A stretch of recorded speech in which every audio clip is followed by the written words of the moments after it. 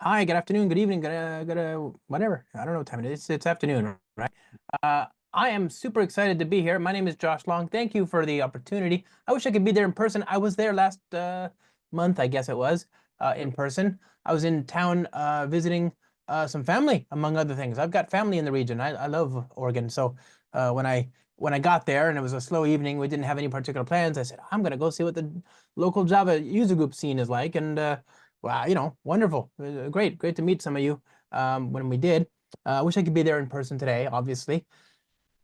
Um, yeah, I mean, it was pouring rain when we were there, because Oregon, and but I know that right around now, right around this time of year, it starts to get paradise-like. So I'm envious of your weather, especially in the summer. I spent a lot of my childhood just fishing the Willamette and cycling in Bend and White Water River rafting in Bend and just all sorts of cool things. Dallas, Eugene, Salem, Portland, obviously. Just I love your beautiful state. I'm just sad I couldn't be there with y'all today. Um, and you know what else I miss? I miss OzCon. That was a there's nothing like OzCon. And I'll never forget 777 Martin Luther King Drive. That's the convention center. What a great address, like just perfect address for a great show and a great community. All that to say, really happy to be here with you all tonight. I work on the Spring team.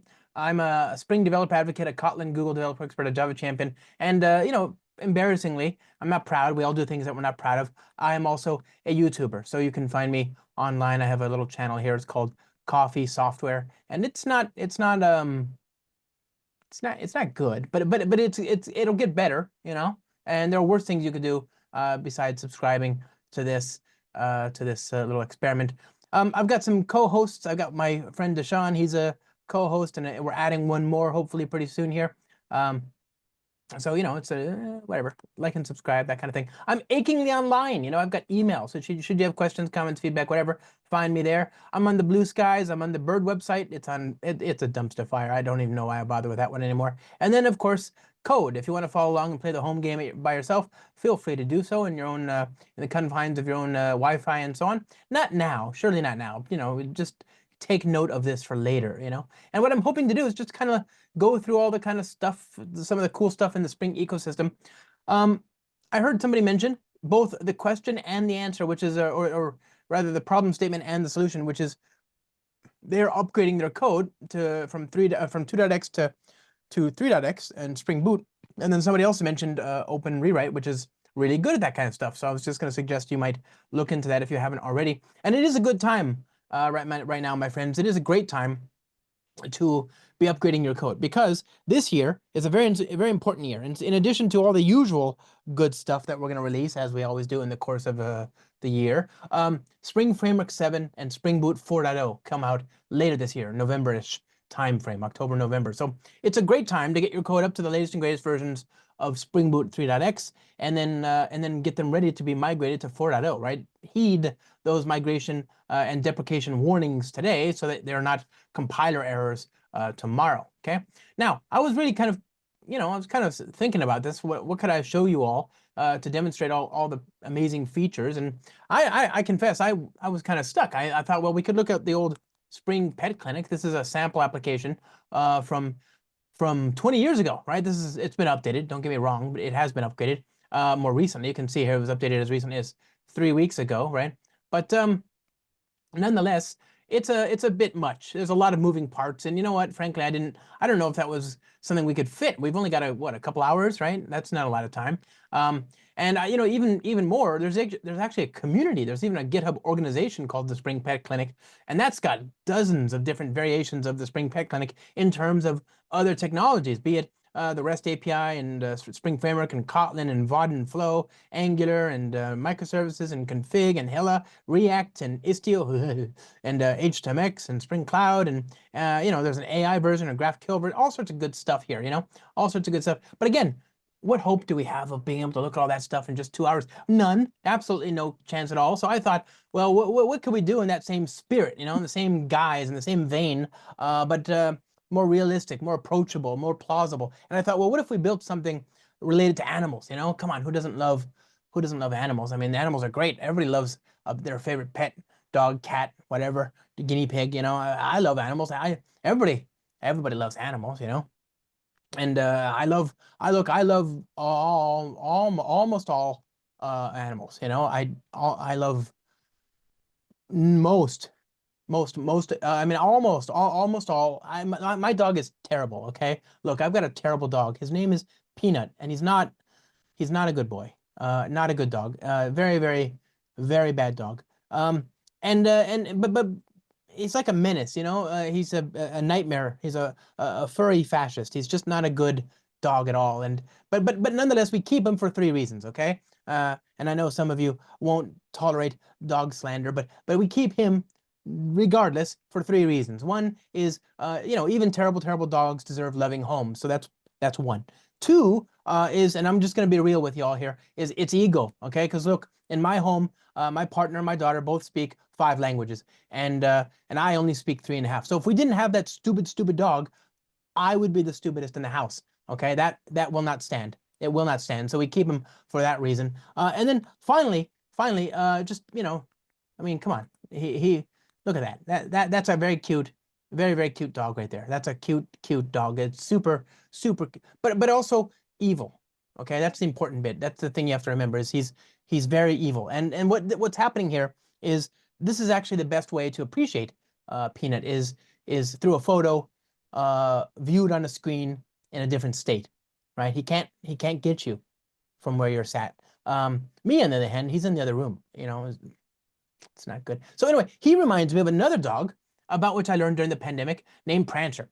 And Prancer is not a good boy either. But Prancer's owner put out an ad that went viral in 2021 back during the pandemic. Do you remember all the crazy things we did during lockdown? Like one of the things I did, which I haven't done since or before, was watch the news as it was airing on television,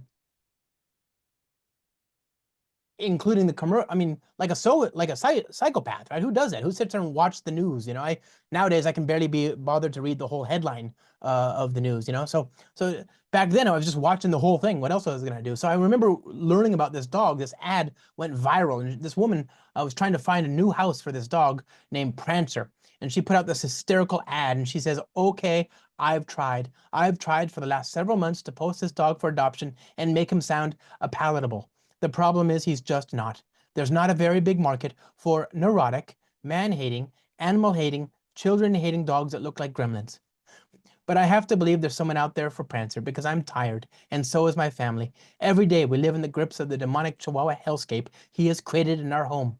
If you own a Chihuahua, you probably know what I'm talking about. He's literally the Chihuahua meme that describes him as being 50% hate and 50% tremble. If you're intrigued and horrified at how this animal sounds, just wait, there's more." And she continues, "He was quiet and just laid on the couch, didn't bother anyone. I was excited to see him come out of his shell and become a real dog.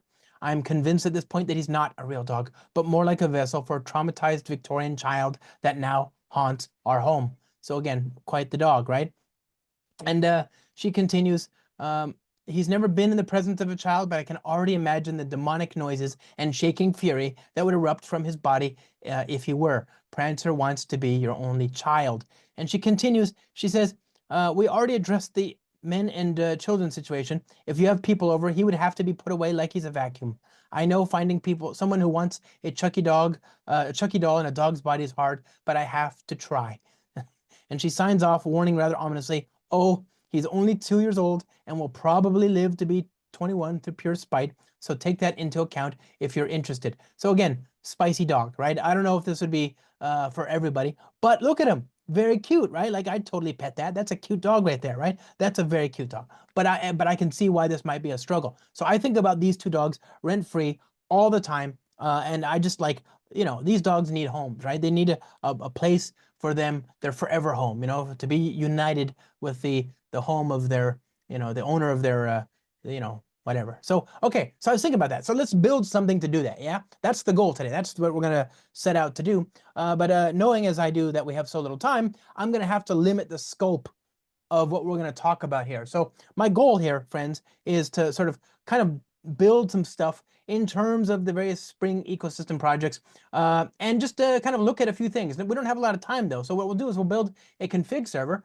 to have centralized configuration to feed the configuration to all the other modules. We're going to build an authorization server to secure everything. We'll build a batch application to initialize the SQL database. We'll build a service to support adopting them using Spring Modulith. We'll build an assistant using AI to help people interview for that. We're going to build a scheduler to help, tie the model, the AI model to our scheduling algorithm. And of course, we'll build a gateway, which will act as a proxy between our backends and our UI. And we're limited on time here.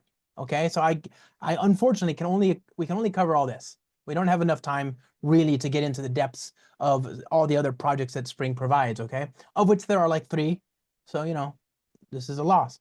But if we had more time, we could totally get into it. So let's dive right into it. So what I'm going to do is, again, we need some basic infrastructure. The goal here is to build up that system. First things first, I want centralized configuration. So I'll go to my second favorite place on the internet, start.spring.io. Obviously, my first favorite place on the internet is production. I love production. You should love production. You should go as early and often as possible. Bring the kids, bring the family. The weather's amazing. It's the happiest place on earth. It is better than Disneyland. But if you've never been to production, you can begin your journey here at start.spring.io. And what we're going to build is a new centralized server to serve up configuration files so that the other services will be able to just source them. And the reason we do that is so we have our configuration in a single place. In this case, it's going to be a directory managed by Git. But it doesn't have to be a directory. It could be a GitHub or GitLab or just any Git URL at all, right? Any Git compatible URL. So here's the config server. Okay, and we'll say @enable config server. And I'm not going to bother with security for this thing just yet, but obviously you could and should in a production environment. You can secure the interactions with the Git repository, the Git server, and the Spring Cloud config server. You can secure everything. Can actually have encrypted values stored in the files and then have them decrypted as a read, and so that they're never stored at rest unencrypted, that kind of thing. But okay, so that's up and running on port 8888. Let's just confirm it works. And what I've done is I've told it, hey, you've got a directory full of configuration over here. Desktop config, these are configuration files, right? Processor, service.properties, assistant.yaml, auth.yaml, batch.properties, client, etc. And these are all, if a microservice connects to the config server and says, hey, I am batch the Spring Boot app named batch, then this config server will serve up the configuration values in batch.properties, okay? Okay, so and we can kind of see that in action by going to 8888 batch default, and default is the Spring profile, and you can see that batch.properties gets served up in addition to application.properties. So all the services will see whatever's in application.properties. Only the service called batch will see what's in batch.properties, and these are merged together where specific values in here override duplicate keys in this file, okay? So you can see we've got interesting bits like our database here. So that gets us to the next bit, which is we need to have a database, okay? So I'm going to go back to start.spring.io, and we're going to build an application here to initialize our database from a CSV file, okay? Now, I'm going to cheat. I'm going to have this batch application also be where we incept our database itself. So I'll use Docker Compose here. I'll say I want a Postgres. I'll say that I want JDBC, the Spring data. I just want Spring support for JDBC. And I think that's it. Surely that's it. Oh, I need batch. I need Spring batch, right? Batch. And also, in order for it to draw its configuration, I need this to draw its configuration from the config server. So therefore, I'll use the config client. Okay. And notice that as I'm doing these demos, I'm going back to the lab there at start.spring.io, and I'm telling it to incept a new project, and I'm specifying a few very important things here. I'm using Maven, though you can use Gradle, doesn't matter. And I'm using Java 24, though you should use Java 24 or 25 if you're watching this in the future, right? There are supported options there. There's Java 17. In theory, you could use Java 17 with Spring Boot 3.x. Technically, it's supported, but you should never ever use Java 17 with Spring Boot 3.x because it's bad form. It's considered vulgar in most polite societies. It's an ancient, creakingly old, long since irrelevant, long since past its prime version of Java that has no place in polite society. So never ever use Java 17. And I would say that it's starting to apply to Java 21, given how old that is. It's again just the wrong version of Java to be using at this point. The question then is, what version of Java should be using? The current one, right? The one that's been out and is GA and supported for use in production. I think that's a fairly obvious thing to say. So if you're watching this 10 years hence, then friend, be sure to use the version that's current then. Don't come running to me in 2035 saying, hey, I'm using Java 24 in 2035, because that's the wrong version. Use whatever, Java 44 or whatever it is then, okay? All right. Now, here we go. Spring application name. I'm going to draw the configuration from the config server. That's how you tell it to do that. At the end of this, it's looking for the actual host and port of the config server. But since the default is localhost 8888, guess what? That will work.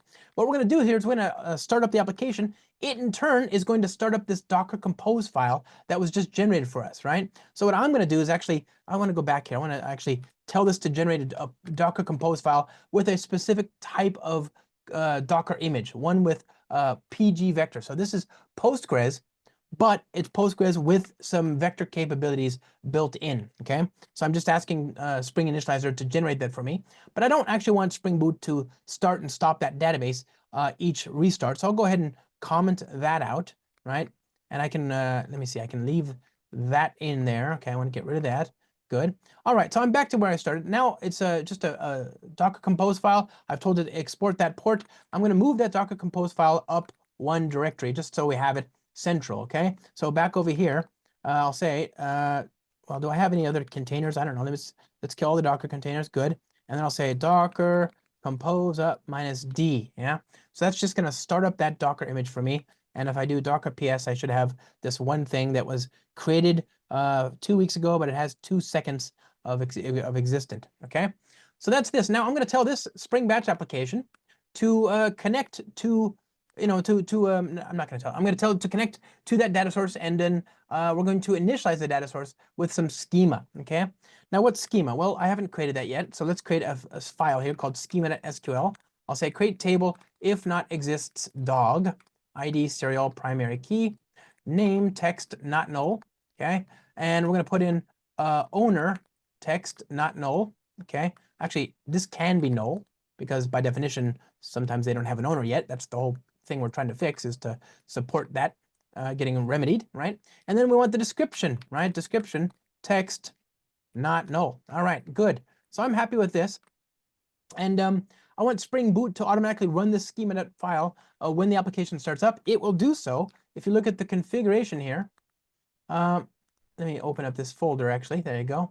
And you can see it says batch.app properties. It'll run all the schema files and the data.sql files. It'll also initialize the Spring Batch administrative schema. So Spring Batch is a framework for doing large amounts of sequential data access over, CSVs, SQL databases, XML files, messaging, whatever, any kind of like sequential data processing in large amounts, batch-centric processing.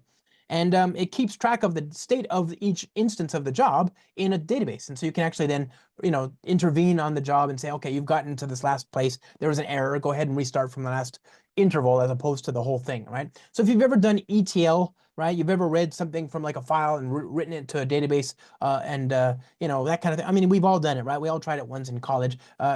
If you've ever done that kind of thing, you're doing batch processing, right? Dollars to donuts, you were doing it wrong. That's the important thing to remember, is by definition, batch processing is one of those things where you find bugs only hours into the thing that's been running, and you probably have left the scene by then, right? So it's very tedious to get right. So we use Spring Batch to do this, just to load the data. Now, of course, I could just use this Postgres pSQL loader, in this case, for just regular CSV data, but whatever. Okay, so we're going to create a job. We'll say return new job builder, and this builder needs a name, so I'll call this job, because again, I'm really good with names. I get that from my father. My father was also really great with names. When I was a small boy, we had a small white dog, and my father named him a white dog. Again, just very, very good with names. Very, very good with names. When that dog disappeared after several years, another small white dog appeared at my door, tapping on the screen door, looking for a new home, and we adopted him. And my father named him Two. Now I'm not sure if that's TWO or TOO. Either way, amazing with names. Now, friends, I've been creating a Spring Batch job. This is the definition of the overall series of steps that we're going to execute here, and in turn has a series of steps, like I said, 0 to n steps, and then those steps in turn deal with data of a certain size. So you imagine you're reading 1 billion records from a CSV file or a table or whatever. You want to read 1 billion records. Well, okay, what happens if there's an error in 999,999? Sorry, 999,999,999. You get to just the one more to go and you're done. And then there's a parsing error and it throws an exception. Should you throw all the work away, or do you just resume from a reasonable chunk size, right? So the chunk is how much data you're willing to lose to sort of cordon off a failure, right? And in our case, since we've only got a limited number of data, I'll just say 10, but you can imagine that number being much larger and also contextual to your use case, okay? All right, so what do I got here? Build. I've got the chunk. What we're going to do, each step rather, in turn works with data. It's ETL. So there's a reader and a writer, and the reader and the writer read from things and then write to things. I think that's pretty clear. I think that's pretty obvious. And what we're going to do is we're going to read from a CSV file and then write to our SQL table, right? So we're going to initialize that SQL table with data that we're going to read in from a CSV file. So I'm going to say that the reader will return from the CSV data objects of type dog, and the writer will take objects of type dog and write them out to the SQL database, okay? So let's specify those things here as well. So we'll say item writer dog, right? And we'll say item reader dog, okay? So here's the writer, here's the reader, and there is also an optional processor, but I'm not going to bother with that, okay? Now, we have to define these beans. By the way, did you see how nice this is? This is a Java record. I hope you're all using Java records. I love, love, love Java records. Huge fan, right? Huge, huge fan. So what we're going to do is we're going to do a flat file item reader for dog, okay? Dog reader. Let's see, reader. Here we go. Return new flat file item reader dot builder, and I'll say build. And we have to specify a few things. First of all, it's a CSV file, right? So you go over here, talk dogs.csv, right? There's that. So you can see that there's a header at the first line there. So I'm going to copy and paste all that, and we'll specify the header. So the let me see, names. Oh, it's delimited rather, and then we specify the names of the header column, right?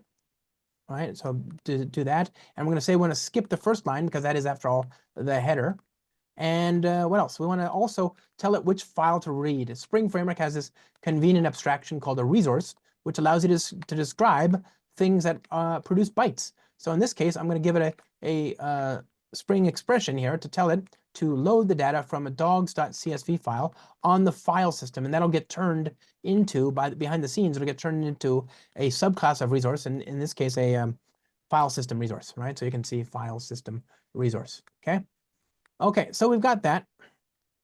Put that in there. And then finally, we need to tell it how to map the CSV data that we get back into the Java domain object that we care about. So this is sort of like the Spring JDBC row mapper implementation, right? So new dog, and hopefully the AI will take us home. Read it, okay. Read int, great. And we're expecting a name, an owner, and a description. So we say field set.read name, okay, and then owner, and then description, okay, description, and and those names correspond again to the columns that we've just established existed up there.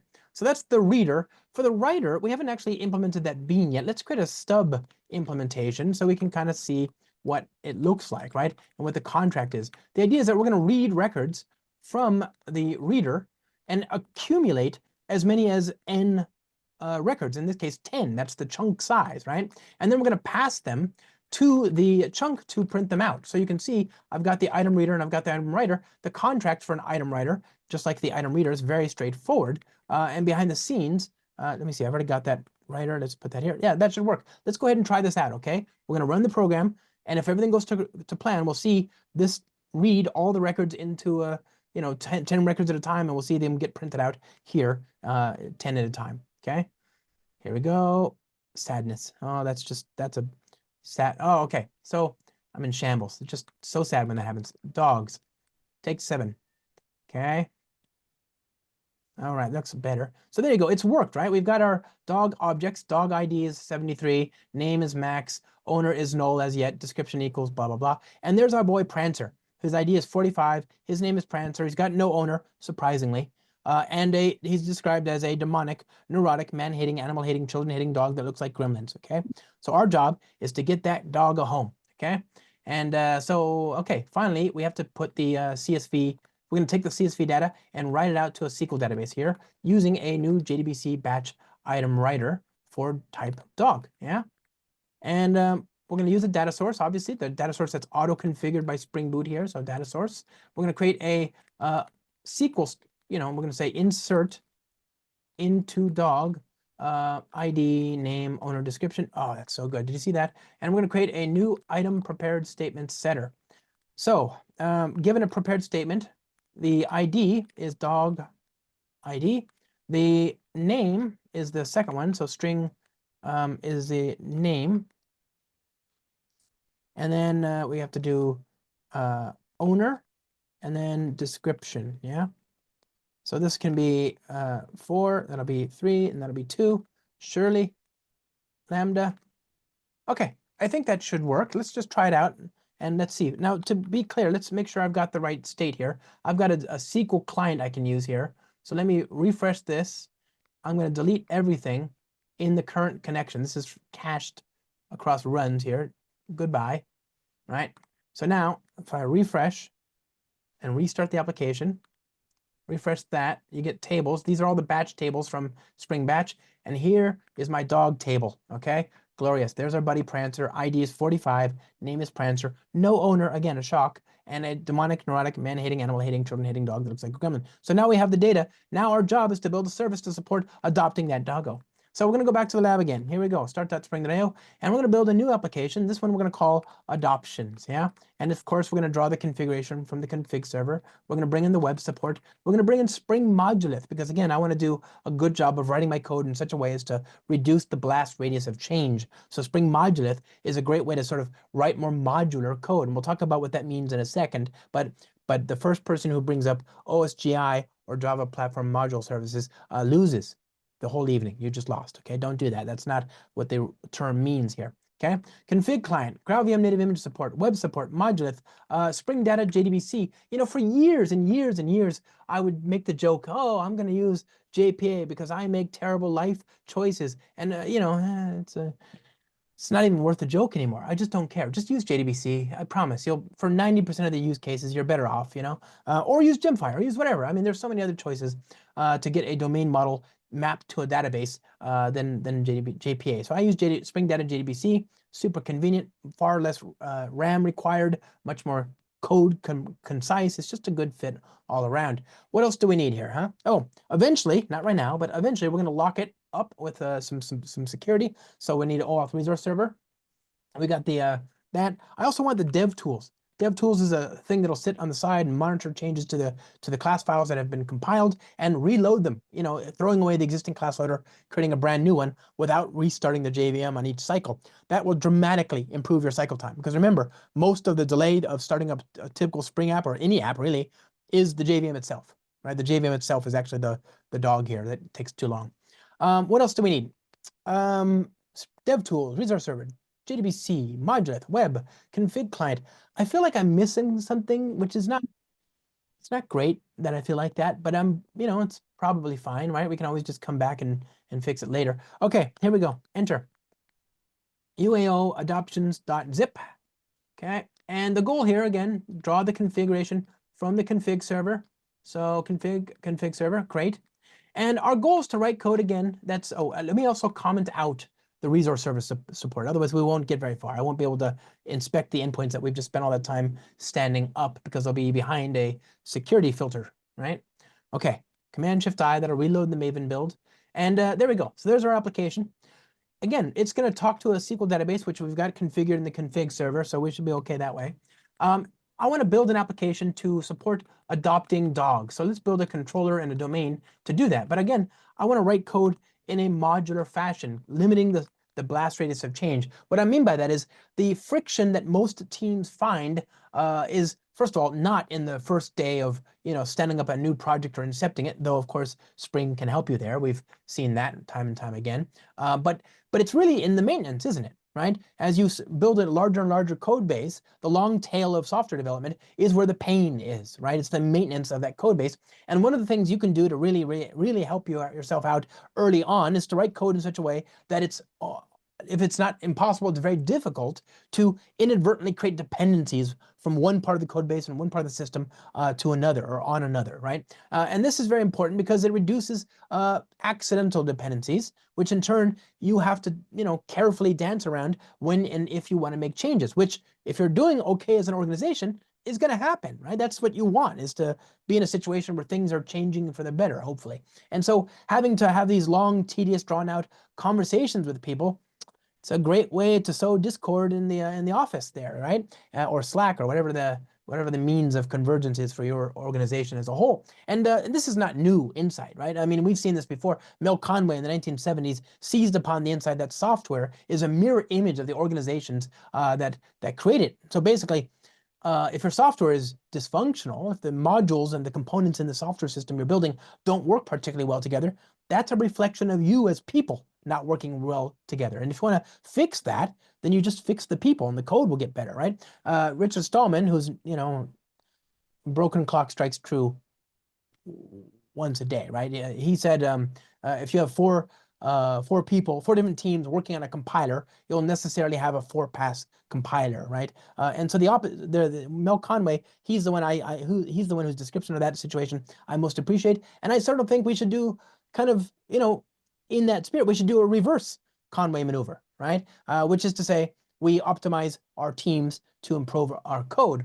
And one way you can do that is by identifying focused areas that you care about and let them work on that in isolation, right? Let them be the maintainers of a particular domain in the business or in the organization, and let them focus on that. That allows them to stay cohesive. And as long as there's a little communication, obviously you can't completely avoid it, but if there's some communication within the larger organization around what this isolated little component is meant to do, then you can just stay in your own swim lane, right? That allows you to go faster. This is, by the way, the same reasoning behind microservices, right? Is you stay in your swim lane, I'll stay in mine. And if we ever have to change our public surface area API, a well-understood, well-delineated surface area network-bound REST API or whatever, then we can do that. But don't do that a lot, right? The implementation can change, but the surface area doesn't. So the idea here is the same for good object-oriented programming. In fact, that's what object-oriented programming is all about, is making it easier for you to stay in your swim lane, okay?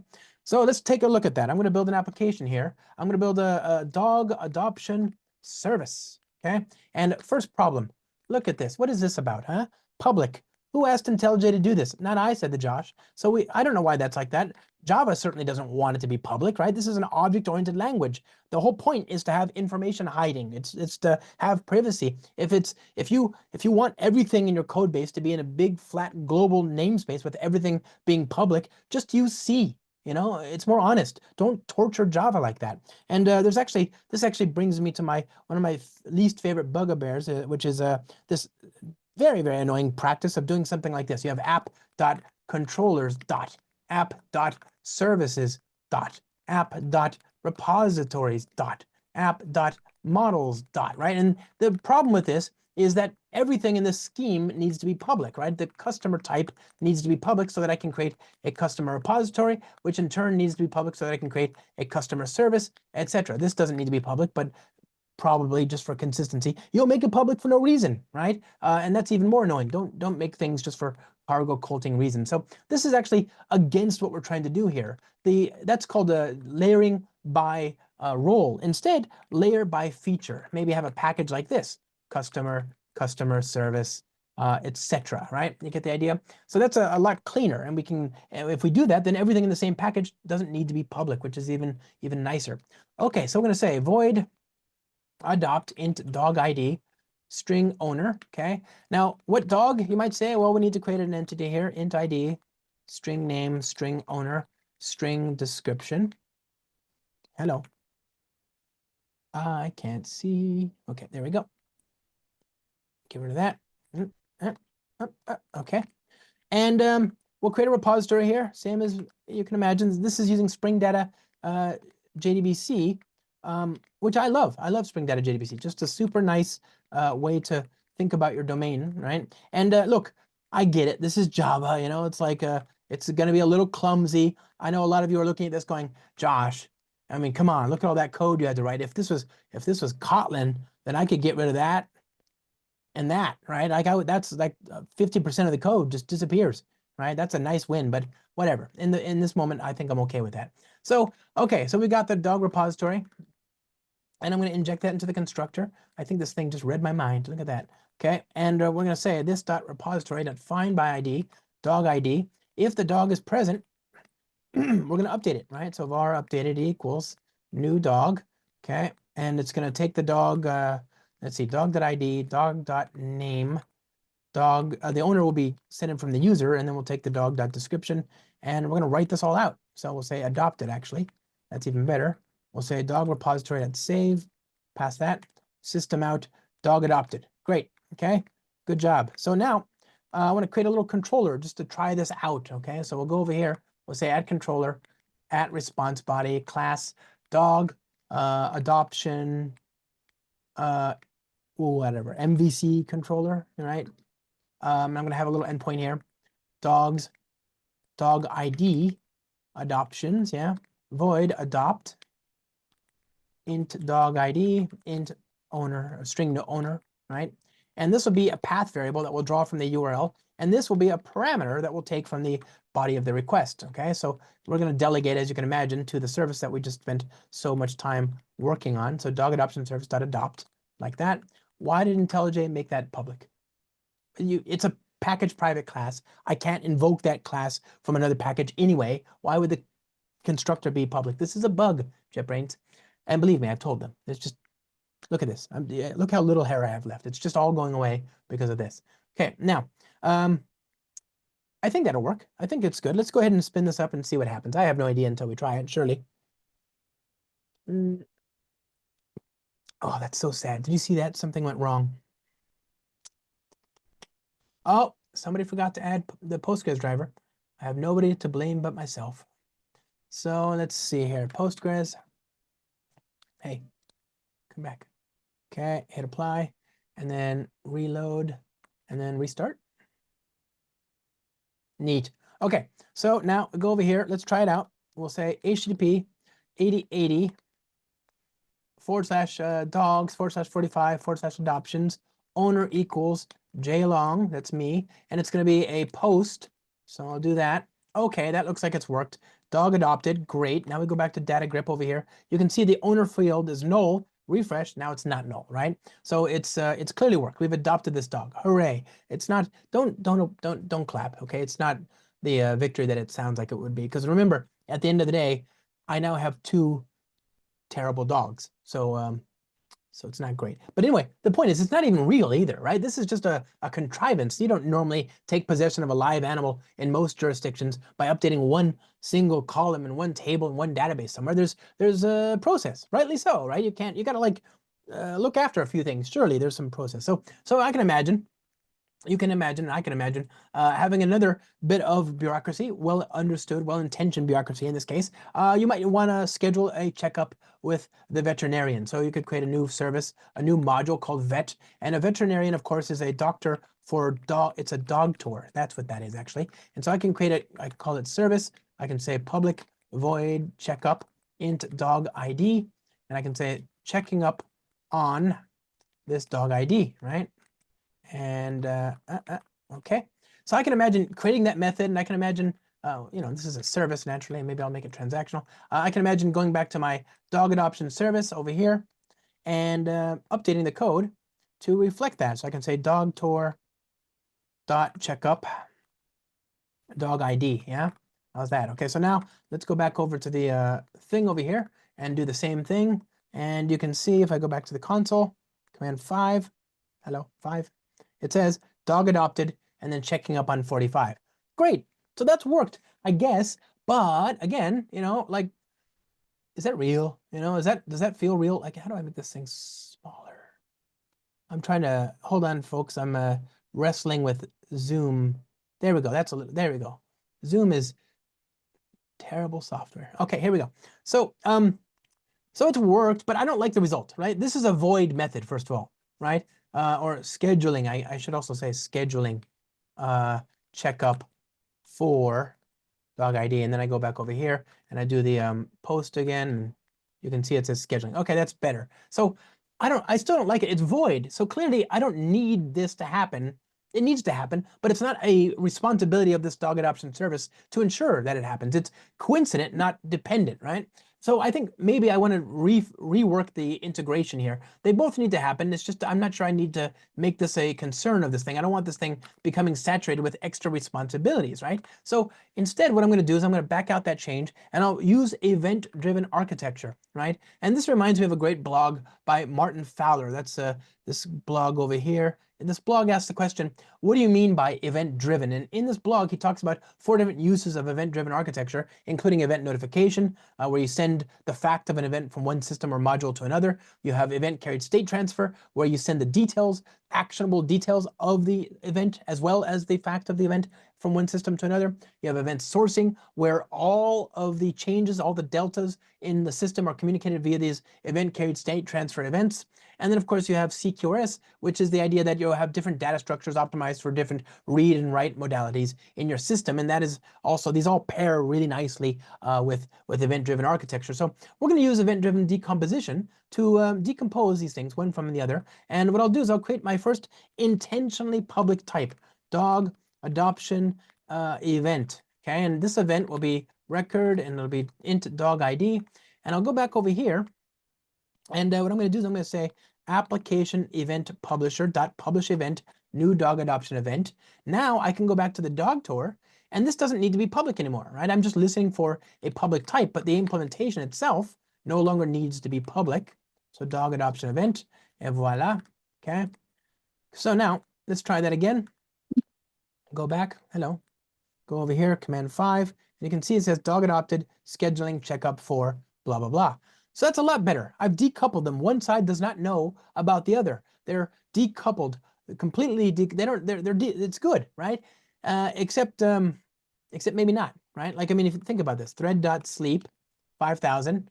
What does that mean? Well, I'm going to sleep the current thread. That shouldn't be a problem, though, because one side is completely decoupled from the other. So, oh, they're not totally decoupled, are they? Right? They're actually in the same thread, which means that they're happening at the same time. They're temporally coupled. This is not great, right? So when you think about event-driven architecture, most of us, certainly I do, think about fire and forget sort of async decomposition, and yet somehow I've got the worst of all worlds here. I don't have the consistency of a compile boundary, a compiler boundary here, and yet I'm not also getting the benefits of asynchronous processing. Look, I get why the creators of Spring did this. It's a simplifying abstraction. You dispatch an event to other components in the Spring application context, and you can be sure that they all participate, for example, in the same transaction and any other thread-bound things. That said, I want this to be asynchronous, darn it. So I could use @async, I guess. But then that gets us to another question, which is if I publish an event and then it gets dispatched to this listener, and the listener is like 2.5 seconds into the 5-second wait, and then somebody pulls the power out of the server, what happens to the state of my transaction? Maybe I've got the system in an inconsistent state, right?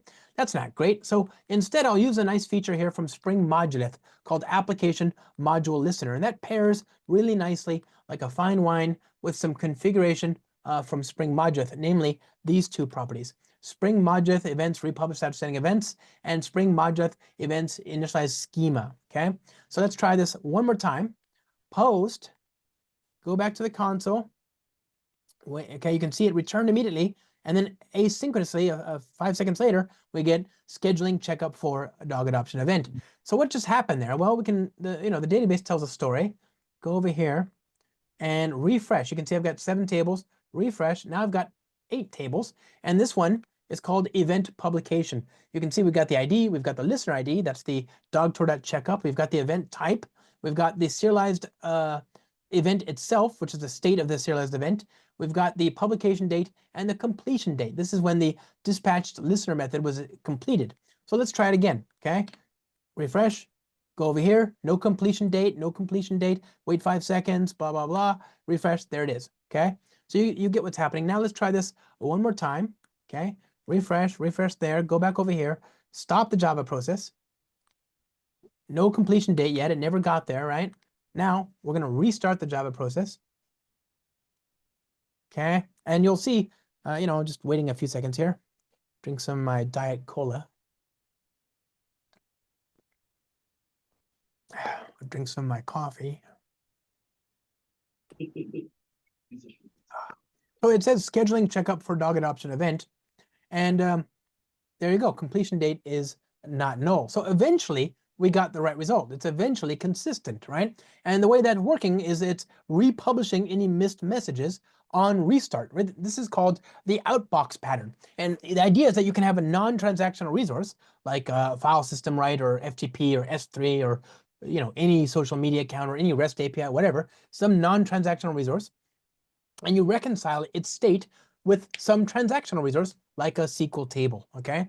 The outbox pattern. And so Spring Modulith is supporting that for you. Now, of course, you can have your own, like you might want to like republish those events, sooner than the next restart, right? And you can do that by creating a bean here that injects something called the incomplete event publications, right? So, and the way that works is you can, by the way, this should be called incomplete me application runner. Okay, the way that works is that you can look at the incomplete event publications and resubmit those based on whatever criteria you like, right? So let me actually turn this into that. There you go. And I can say, get the identifier, get the completion date, is it completed, the publication date, the event, all that kind of stuff. You can do anything you want here. You could do some, you could use a Spring Cloud discovery client, for example, to do load balancing, basically, right? You could do all sorts of things here. Let me see. I don't. There we go. You could do all sorts of things here. Another thing is maybe you want everything to happen in the same code, in the same system. So you could use Spring Integrations lock registry, right? And lock registry, I don't have it on the class path, that you get the way it works is there's distributed implementations using JDBC and MongoDB and Redis and whatever. And you could say try acquire, Modulith missed event publications, right? And then you create a runnable, I think it is. And in there, we will actually try and acquire a cluster-wide lock by talking to your SQL database or MongoDB or whatever. And the first one that gets the lock will run this block and nobody else, right? And then, of course, there's always, even with that, even with all these different things to guarantee that missed work doesn't get missed, I would definitely make sure you try and make your code as idempotent as possible, right? That's just good, clean, distributed computation hygiene, okay? Okay, so we've got our application, we've got modularity. Now, when I say modularity, what I mean is I'm not leaking details from one module to another. And I think I'm doing pretty okay, but how do I know, right? How does anybody know? Well, you write a test as always. So I'll say application modules.of adoption application.class am.verify. I'm going to print out the modules. Heck, I'm going to document the modules as such as well. So I'll go ahead and restart the, not this, I want to run the test here, okay? And the test, when it runs, hopefully it's green. Looks like it is, good. And you can see we've got a logical enumeration of the different modules in the system. And when I say modules here, I mean the root packages, right? The root packages relative to the base package of the Spring Boot application. So com example adoptions dot, right? I've got adoptions and adoptions.vet. So I've got these two different modules, adoptions and vet, and I can see their Spring Bean dependencies and all that. If there were a dependency from one module to another explicitly, as opposed to through events, as I'm doing, you would see that reflected here. The state of the system is good, it's green, but it knows about the state of the modules as well. It knows how these things are related to each other, and it can even help us diagram that with this nice C4 component diagram that shows us how these architectural components relate to each other. So this is based on plant UML. It's an artifact you can version control, check into your wiki, and so on. So now it's modular, right? It's modular, so modular. What does it look like when it's not modular? Well, imagine I have a implementation type here, right? And it says validations, and in there I've got a new class called validation, and this type is a Spring Bean, something like that. And it's adoptions.validation. So it's clearly a package implementation specific detail, right? It's public because it has to be so that I can use it from within the root package, right? But I don't intend for anybody else to. It's very much a detail of the adoptions module, right? So let's see, validations, okay? Add that to the constructor. Let's rerun the same test, having done nothing more than inject a dependency. All's well, great. Now let's do the wrong thing. Let's go to the vet dog tour module and I'm going to inject the validation type from the nested package in the first module, right? Add that to this, rerun the test.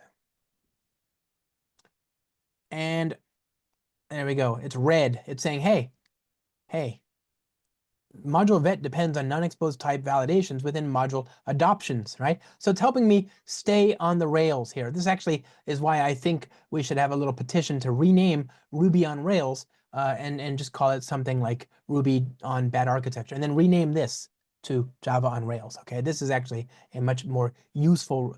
If there are Rails, this is the Rails you want to stay within. Okay, this is much better. So let's get rid of that and reload the test just to make sure I didn't break anything permanently. Okay, good. So it's modular, good stuff. You can see how Spring Modulith makes it easy for us to, as often as quickly as possible, to validate that we're building our code in such a way as to reduce the blast radius of change and thus allow us as an organization to move faster. Now, of course, I built this adoption service and I kind of created this straw person HTTP endpoint here. You know, let's flesh that out a little bit here. Maybe I have another endpoint here to return all the dogs, right? So dogs and dog adoption service.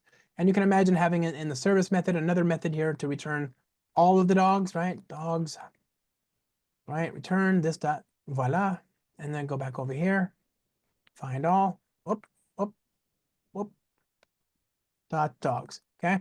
So if I reload that, go back over here, localhost dogs, we should have all the dogs. Great, so that's HTTP, that's REST-ish. Not really REST, really. It doesn't have hypermedia, but it's ish, you know. It's HTTP. Let's just agree on that. We can agree on that. But that's not the only game in town, surely, right? There's other protocols that people quite like. I like things that give me schema. And with REST, you know, so much of the pain of using REST, or even what I'm doing is just HTTP, is having to graft all these things that aren't there by default, right? Including schema, right? And support for streaming, support for bidirectional communication, support for serialized binary payloads, etc. So instead, I'm going to use some of these other protocols if I can. Let's try some out. Spring has great support for a number of them. One of my favorites is GraphQL. And what I've just noticed here, friends, is that I did the wrong thing. I forgot to incept this project with GraphQL in gRPC support. So, question, did I? Oh, I did. I didn't do the thing. Okay, let's go back here. We're going to call this adoptions. Start all over again. Here we go. GraalVM, web, gRPC, config client, resource server, modulith, Spring Data, JDBC, Postgres. Okay, I think we're okay. Did I get gRPC? I got gRPC. Did I get GraphQL? I don't see GraphQL there. And DevTools. We like our DevTools.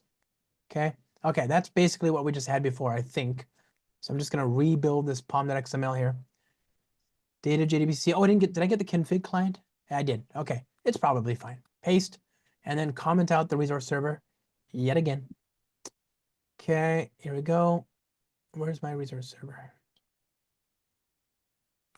Goodbye. And what that gives me is all these extra plugins, right, for things that we'll need in a second. So we'll get back to that in a second. Reload that.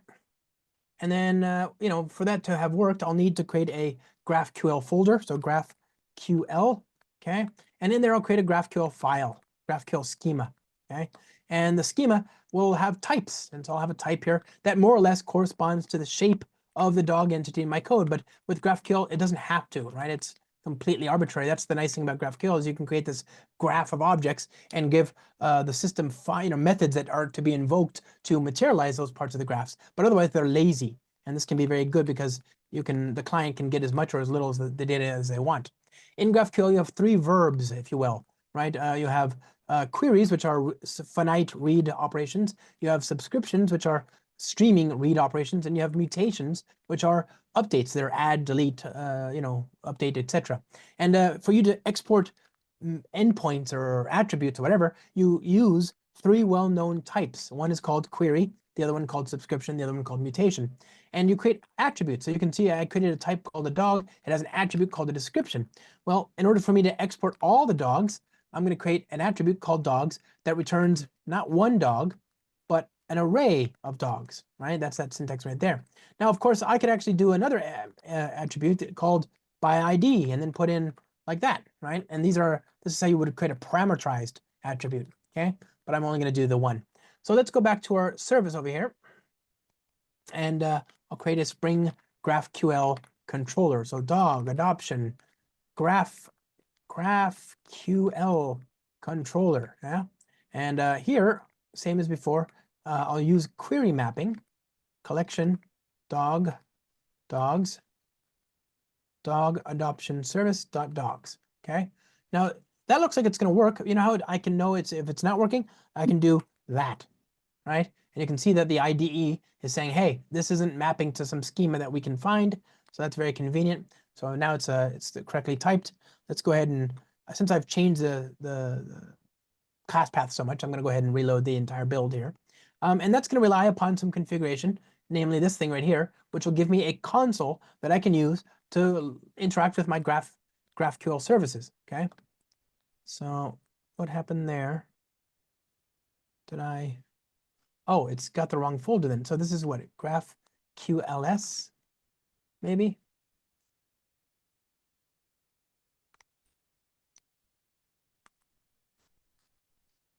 No, okay, wait for it.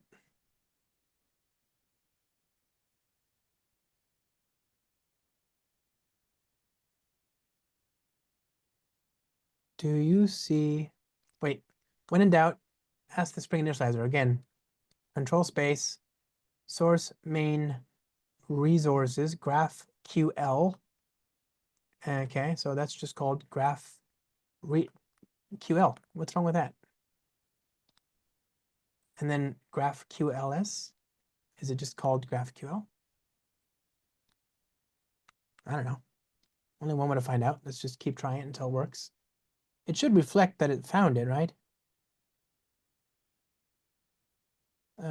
Unless it's not loaded the pom.xml. Maven, reload, sync. Over here, graphical. It's on port 8080, yeah?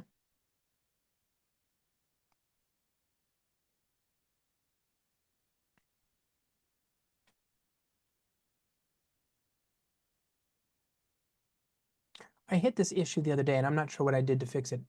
I'm not seeing, is it the controller? The controller is there. Dog adoption. Is it my test directory? My target directory? So that's this. I don't see any mention of GraphQL here. Do you see that at all? Adoptions. Wait a minute. Source main resources, GraphQL. I just don't know what the issue is. Okay, that's okay. We will just try this one more time. So we've got GraalVM, Spring gRPC, config client resource, Modula, data JDBC, Postgres, Spring for GraphQL, dev tools. That looks okay. So let's just hit enter. Actually, I'll shut down this adoptions application. And we'll go over here to this RMRF, the zip files. Okay. Hit enter one more time. Okay. You want to move adoptions to old UAO adoptions.zip. And then, open old source main Java com example adoptions. Paste that in here. Paste.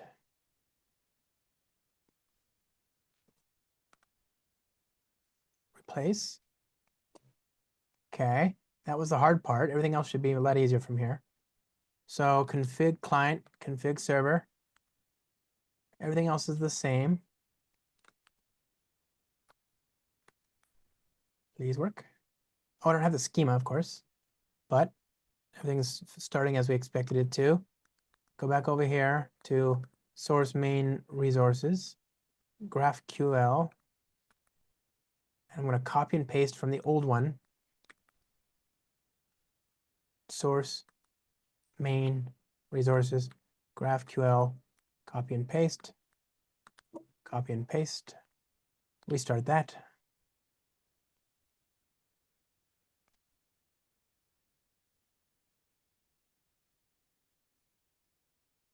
Color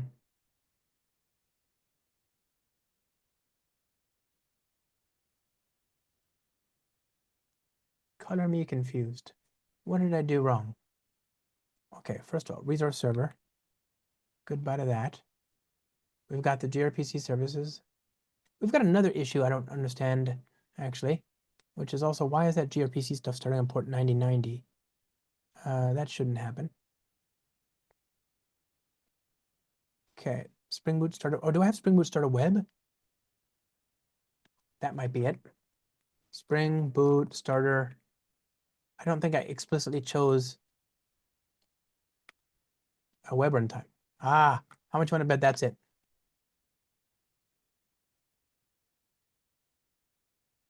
Okay. Mm.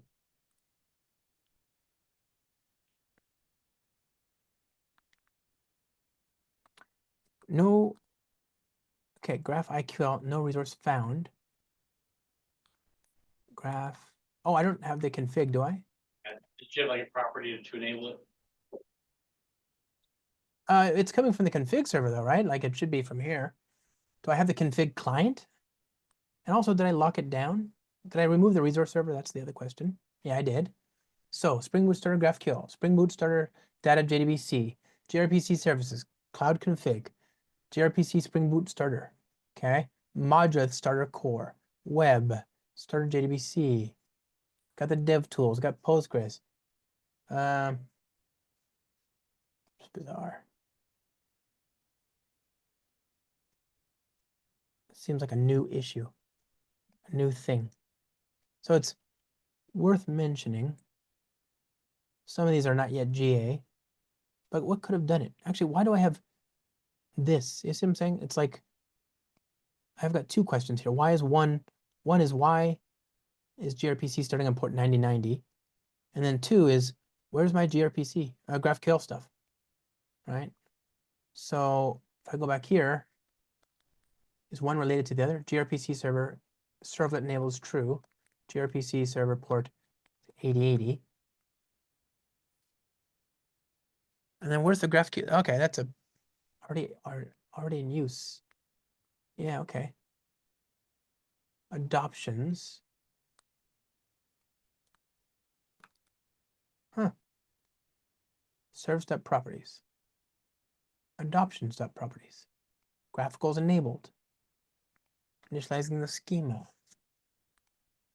My GraphQL stuff isn't appearing here. Adoptions.graphqls. Let's just focus on this for now. There we go. That fixes the GraphQL thing. Okay, that's one thing at a time. GraphIQL. There we go. Much better. The name of the file was wrong. So now I go there and I can say, okay, request all the IDs, the names, and the descriptions.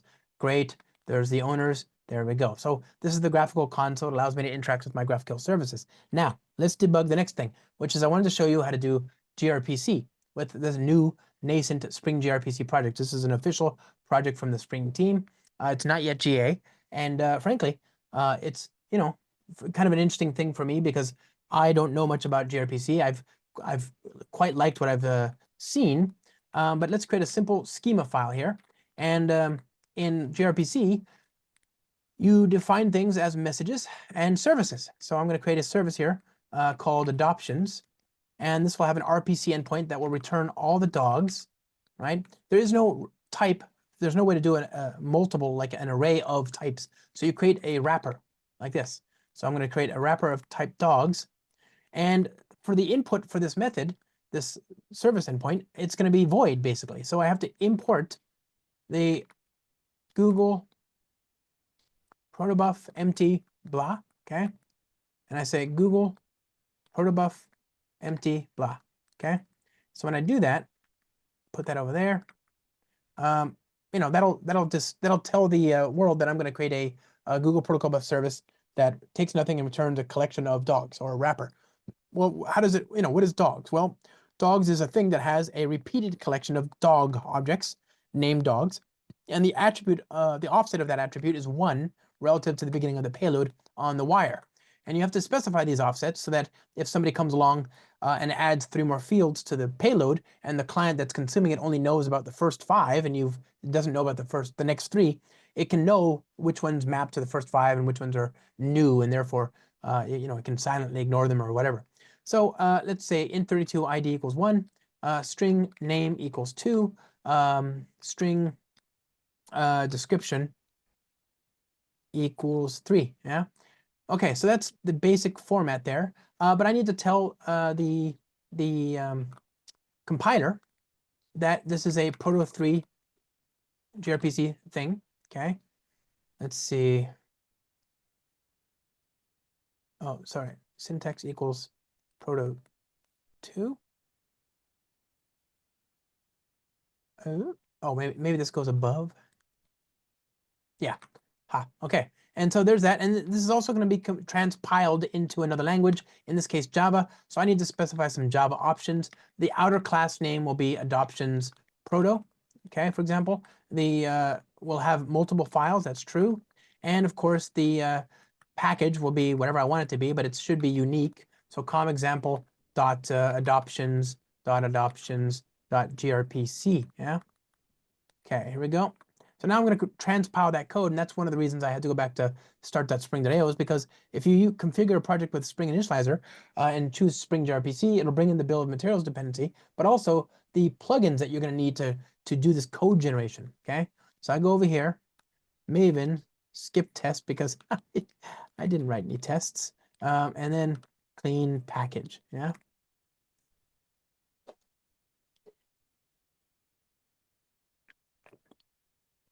Okay, so go out here, and you can see I've got a generated source code file, generated sources, protobuf, and there's these 2 folders, gRPC Java and Java. These things in IntelliJ need to be marked as sources root if they're not already. I'm told, rather annoyingly, that the Visual Studio Code and Eclipse crowd doesn't have to do this. It just works for them and doesn't work for me, which makes me cranky.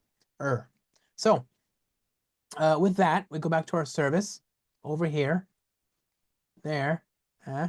Good. Okay. Create a service. I'm going to stub. We're going to extend the thing that was generated for us by the transpiler, the compiler there. So adoptions impl base. Yeah. And we'll have a base method here called all that will override. And it in turn will delegate, as we can imagine, to the dog adoption service. I'll inject that there. And I'll say var all equals this dot service dot dogs dot stream dot map. I'm going to take a dog in our domain from the service and map it to the dog in the gRPC transpiled package. Yeah. So create a builder.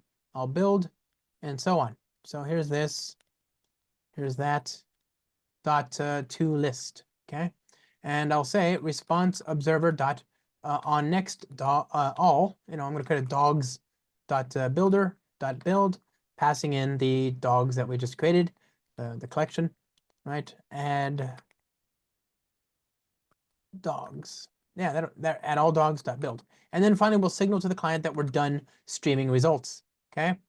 So that should do it. I did some code generation, so I'll restart this thing for the first, as again. Okay.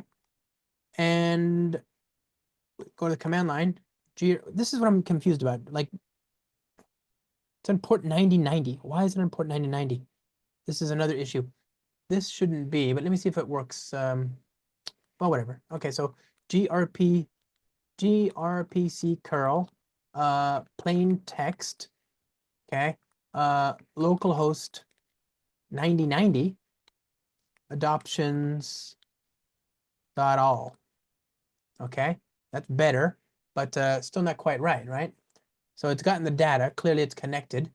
What did I do wrong? ID, name, description, string, dog. The mapping was not right, Josh. Oh, I didn't. Oh, thank you. I didn't pass in the data. So dog.name, dog.description, set description, and then the ID. Okay. ID, pass that. And then we make the same exact request. Okay, so that's worked. So now we have gRPC, GraphQL, HTTP, all that good stuff. So I think we're okay. We've got a modular service that's able to talk to the world. But again, how do most people adopt a dog? They don't just plug in, they don't just know, they don't watch the news to learn about which dogs they want to adopt, right? There's a process, there's some interviewing that goes on, and then they decide upon which dog to adopt in that way. What I've done is, I knew about this dog. I found him before and I knew his ID. That's not how most people do this. They will they will have some questions that they want to ask. And so they'll go to the shelter and they'll interview to find the dog. So let's do that. We want to support that process. Remember, we're trying to help people adopt dogs in our fictitious dog adoption agency called Pooch Palace. So I'm going to bring in the web support in. I'm going to bring in the PG Vector module. I'm going to bring in OpenAI, although you can use Bedrock or Cohere or Llama or anything. There's dozens of different models here, right? OpenAI. Oops, I want just regular OpenAI, not Azure OpenAI. Get rid of that. And we want what else? DevTools, I guess. We want the MCP client support as well. So I'll bring in these different things. Oh, and also the config client. Thank you for reminding me. Here we go. UAO assistant. Okay. So same as before, this will connect to our config server. Config server. And we'll say assistant application.java. And the goal here is, again, to allow people to ask questions to arrive at the dog of their dreams, or in my case, nightmare. So we'll say assistant controller, yeah? And people are going to we're going to use the Spring framework, Spring AI framework to talk to an AI model. And that model is auto-configured for us by the presence of a OpenAI API key. Now, I've already done this as an environment variable off screen, so you don't have it, you don't see it, but you can get your own, right? And in the meantime, just forgive me for not leaking my API credential. Just trust that it's been done, okay? So there's my chat client, and I'm going to create a simple endpoint here, which is, given a user, create an inquiry, right? So string inquire, string question. Oh my. Okay, there you go.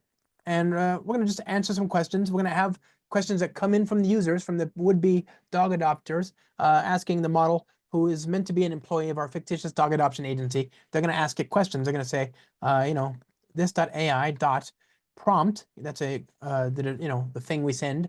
We're going to pass in a user prompt, which is the question, calling it, and then content. We'll get the content, which is a string. Okay. So now this question is a request parameter. And of course, the username is a path variable. So path variable string user. Okay. Let's just try this. Let's see if that works. Okay, there we go. So now let's just try the basics. HTTP 80, what is the port? 8050, JLong, inquire. It'll be a form post. And then the question is, my name is Josh. Let's just see if it's alive and working and all that stuff. Okay, nice to meet you, Josh. How can I assist you today? Great, we got connectivity, right?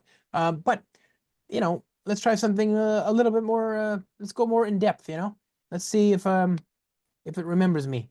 What's my name? Oh, that's embarrassing.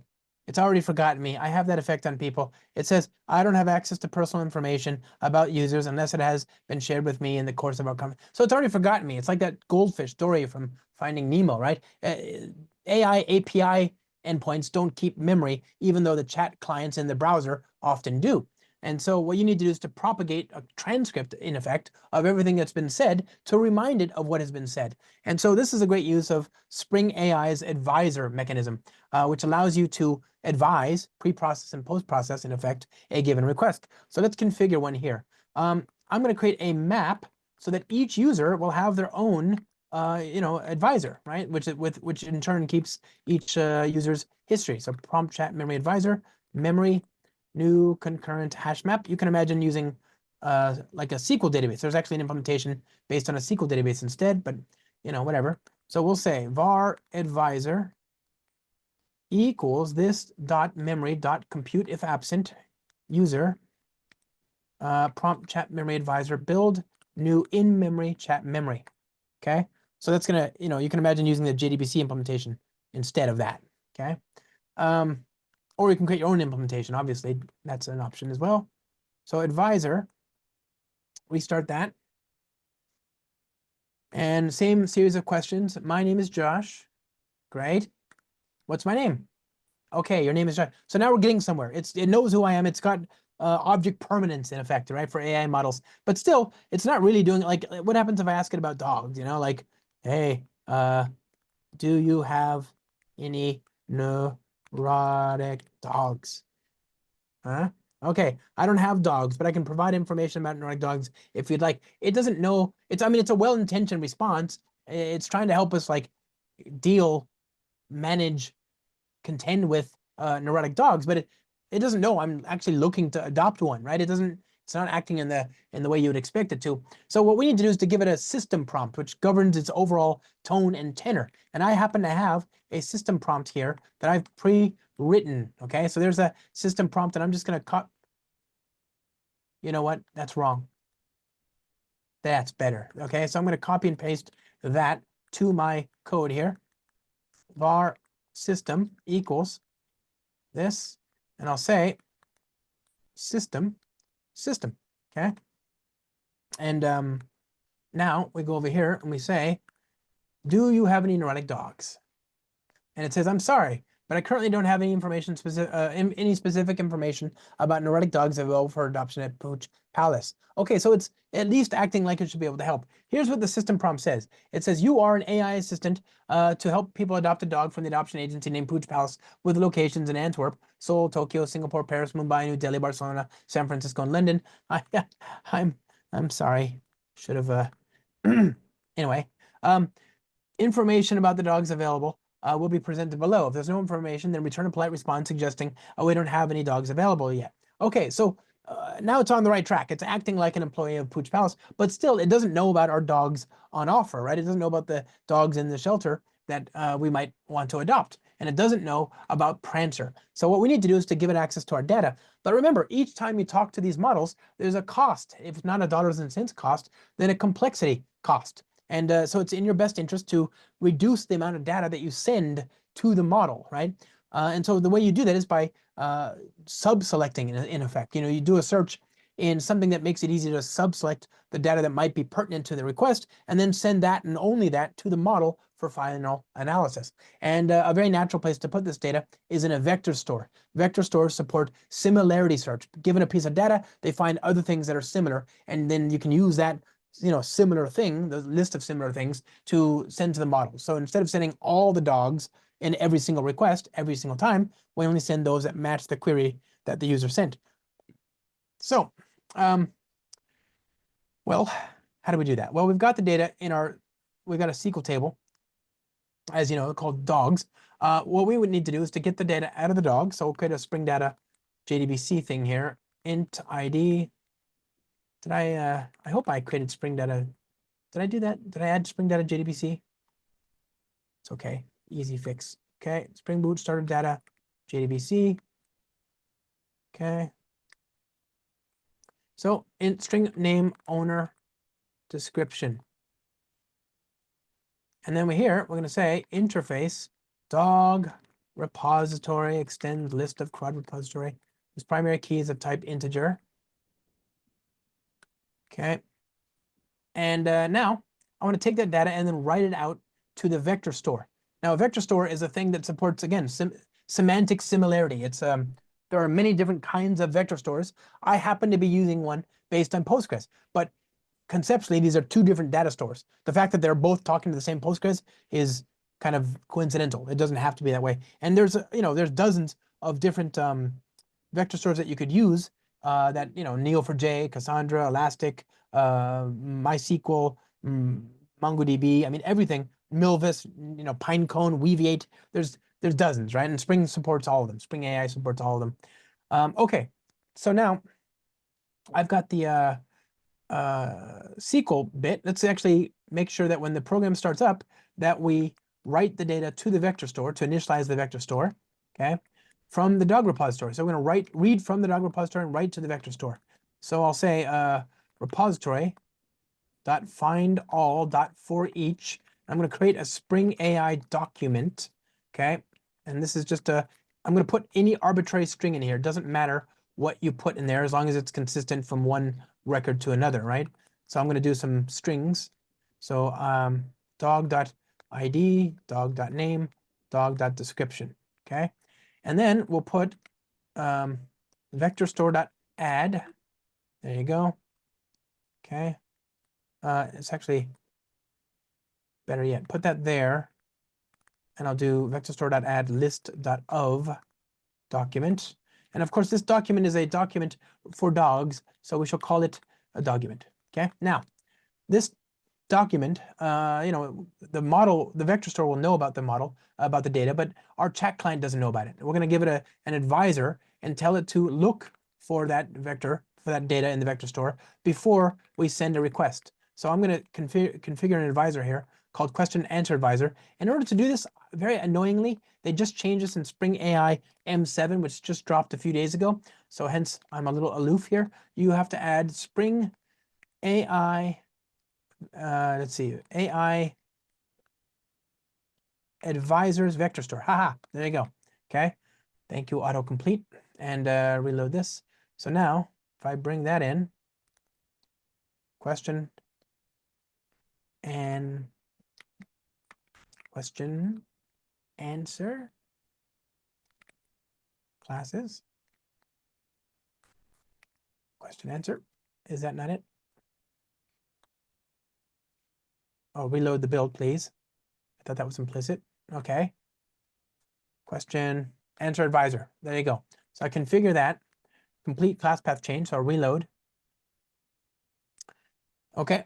And now it's going to take a little while because remember, it's going to initialize a table called vector store in my database here. That's 8 tables right now. Let's refresh. Now you can see there's a 9th one. And here we've got the embeddings, the vectorized version, the representation of each of these different dogs written out to the vector store. So it took a long time to restart because that's, I'm doing a bunch of writes. So I'm not going to reinitialize it next time. I'll just comment that out. But let's try it out. Let's see if it's worked. So 8080, actually, wait. Here, do you have any neurotic dogs? Why did it fail so sad? Oh, I don't actually know. Is it a post? It is a post. That's why. Okay. Form post. Hello? Oh, 8050. Okay. There we go. Yes, we have a neurotic dog available for adoption. Meet Prancer. Okay. Described as a demonic neurotic dog that is not fond of men, animals, or children, and has a gremlin-like appearance. If you're interested in learning more about Prancer or adopting him, please let me know. Boy, am I. I mean, who wouldn't be, right? This is the dog of our dreams right here. So the natural next step will be, how do I adopt this dog? When can I take this dog home? That's the natural thing that I think any red-blooded, sane person would do, would ask. Okay. So the question then is, when can I schedule an appointment to come meet this dog and hopefully take that dog home?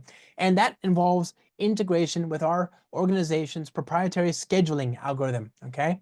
So what I'm going to do is I'm going to give the model access to our algorithm, to our business logic, by creating a tool, okay? So at component class dog adoption scheduler, okay? I'm going to move this up here a little bit to make it easier to keep on the top of the screen, easier to see, okay? So I'm going to create a method here called schedule appointment for int dog ID string dog name, okay? And the way you do this is you annotate it with tool and you'll say schedule an appointment to pick up or adopt a dog from a Pooch Palace location, okay? And you give it tool param. So tool param description, the name of the dog, okay? And here's the other tool param. And remember when your mom told you to use your words? This is why, because this is now the new schema, is the human language description of the of the behavior, ID of the dog, okay? And I'm just going to return, let's just say var instant equals instant.now.toString. And, just to prove it's working, we'll say 3 chronodate, okay? And we're going to print out scheduling pickup for dog name at blah, blah, blah. And then we're just, return instant, okay? So now we're going to tell the model about this new behavior, this new capability when we configure the AI thing here. So we say default tools, and we're going to inject the old scheduler there. Okay, and we'll say scheduler and restart. Okay, go over here. Do you have any neurotic dogs? Oh, post. Did I miss something? I did that again. Sorry. Embarrassing. Okay. Yes, we do have a neurotic dog for adoption. Okay, meet Prancer. Now, fantastic. When can I pick up Prancer at the Portland location?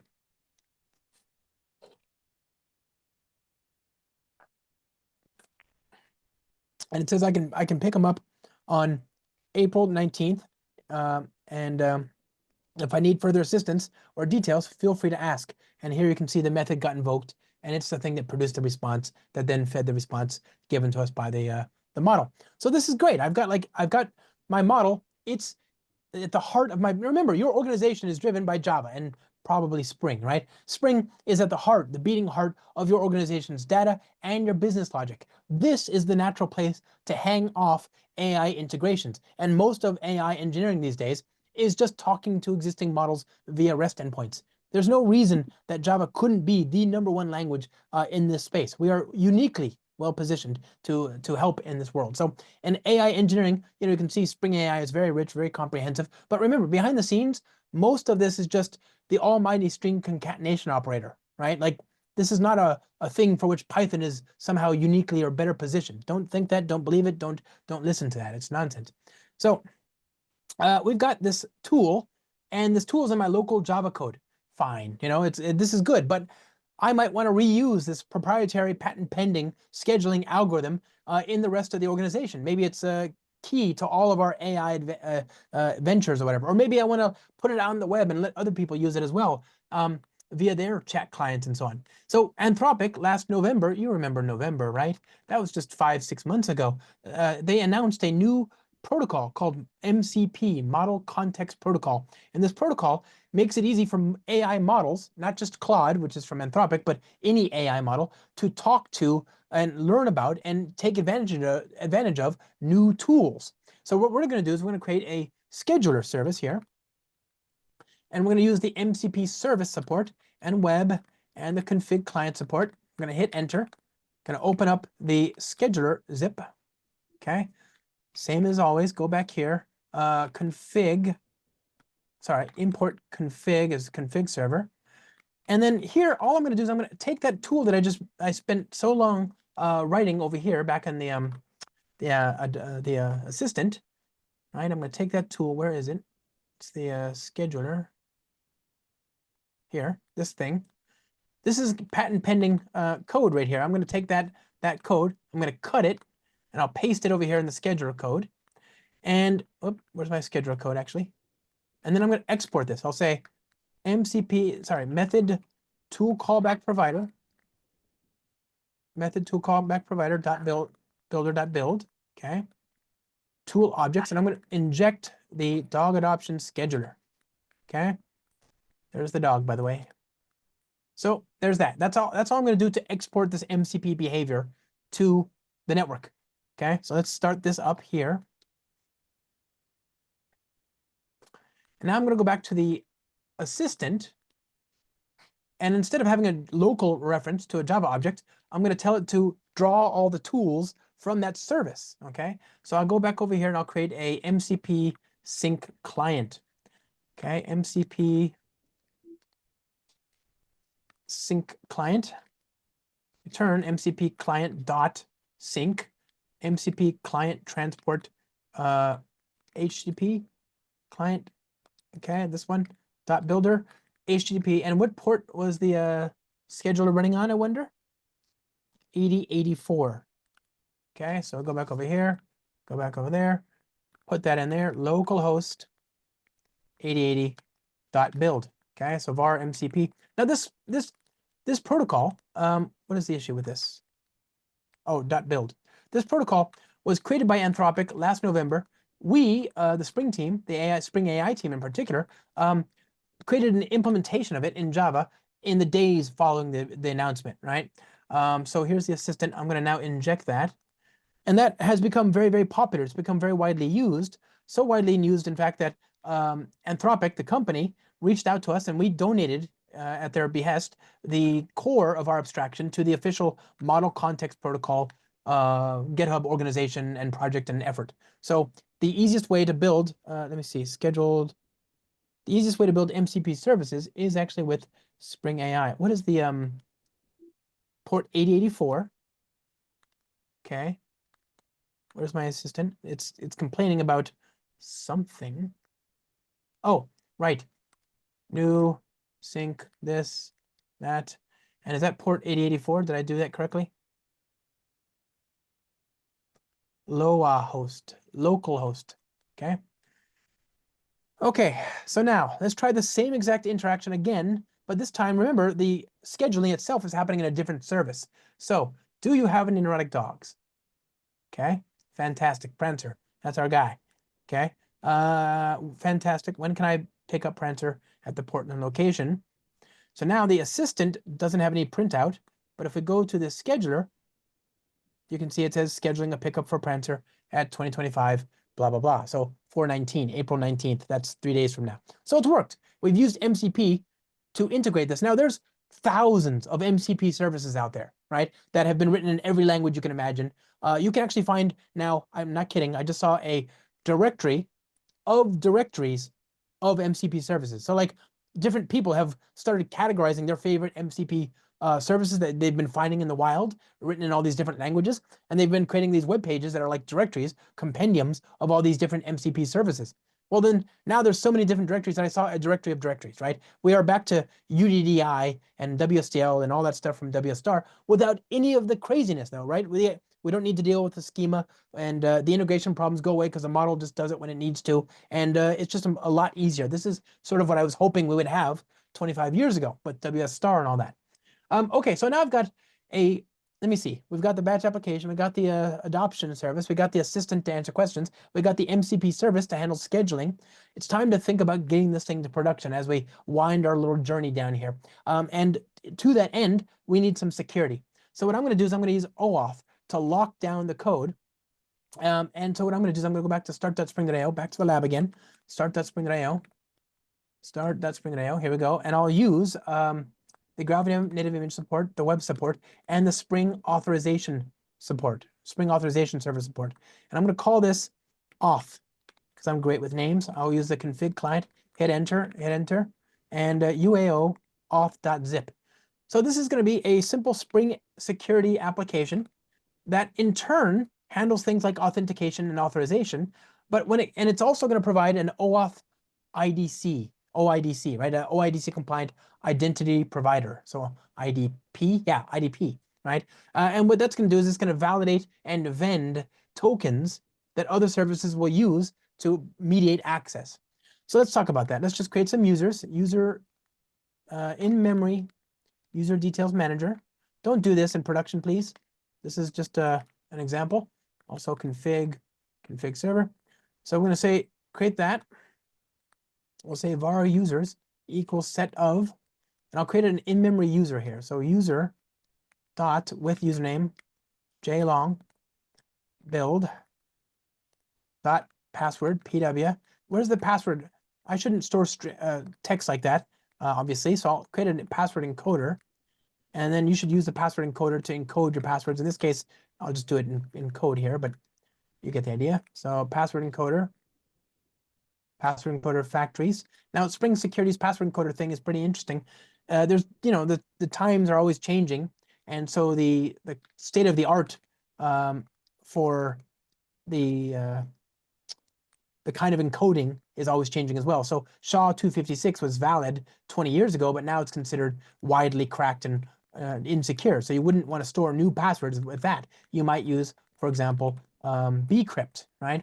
And so what the delegating password encoder factory will do is it'll encode the new password and prefix them with the encoding. So it'll be like bcrypt and then the encoded string. And so you store that in your database. And then tomorrow, or like if you come across an older password with SHA-256 and it's got the encoded value, Spring Security will look at that older password from the database. It'll say, oh, okay, I know that this is a SHA-256. I'll encode the user's credential, their challenge credential, using SHA-256 to match it. We even have support for in-place upgrades. You can use Spring Security to say, okay, once the user has correctly authenticated, they've entered the right password, then I know what the correct password is because the SHA of the correct one that they gave me matches the SHA of the old one. So I'll take this chance to re-encode the password as bcrypt and write it out back to the database, right? So you can do all sorts of things there with Spring Security. I'm not going to get into all that, but the point is that's what this delegating password coder is doing, is it's looking at this prefix token, this curly bracket encoding name, curly bracket, and then it's using that to figure out which encoder to use, because as time changes, these encoding strategies will also change, okay? So I've got some users here in memory. And now what about authorization? That's to say, what are they allowed to do in the system and where can they do that? So I'll create my, okay, great. And I'll say I'm going to build it, okay? I'm going to say that all requests have to be authenticated. I'll say that I'm going to allow form login. And there's also really, I mean, you can do some amazing things now. You have one-time tokens, right? So this is basically you send somebody a text message or send them an email. They click on a link and they're magically logged in, right? So it sidesteps the password altogether by using an external factor that is, it's a very, very useful. It's called magic links sometimes, I won't get into all this, but you can actually configure the token generation success handler, which in turn, inside of that, you're given the request, you're given the response, and you're given the one-time token, and you can generate a link to, localhost, whatever the server port is. I think it's 9090 / login / OTT token equals, and then you take the one-time token right there and get the token value. And you can imagine using SendGrid or Twilio or whatever to send that to them via their email or their SMS or whatever, okay? So there's that. The other thing that's really, really amazing, which I will show you because I care, is WebAuthn. How many of you have heard of WebAuthn or passkeys? Passkey. I can't see. Was it more than one? It was. Okay. So passkeys are, you'll see them everywhere, right? So let's try it out. Localhost 9090. What's the best way for me to show you this? Give me 1 second. I want to not share my screen for just 1 second. Okay, I got to change something in my passwords app. Passwords. Do I want to do that? Okay. Okay. Passkeys. Well,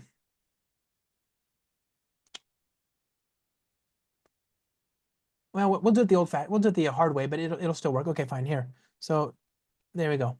So I'm going to do passkeys, and the way it works is this is a scheme. Again, you can sense there's a common theme here. With one-time token, you're avoiding a password by relying on something that is actually more trustworthy and less prone to being phished, which is their thing that they use all the time. So for example, if I send them an email, the implication there is they are going to maintain and cycle through their emails password on a pretty regular basis, and it's going to be something that they and they alone know and care about, right?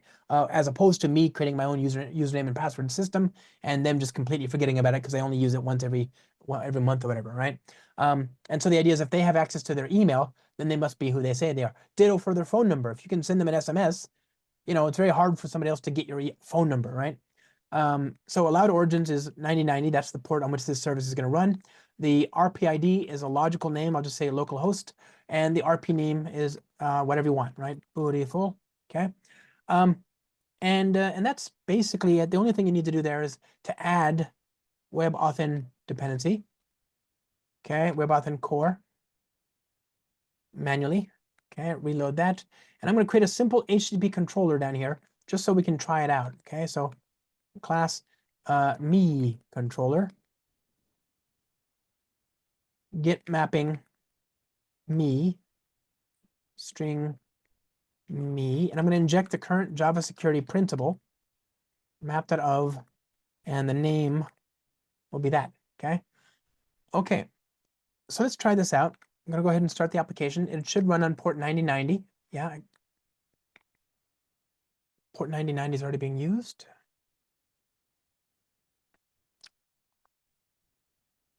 Okay.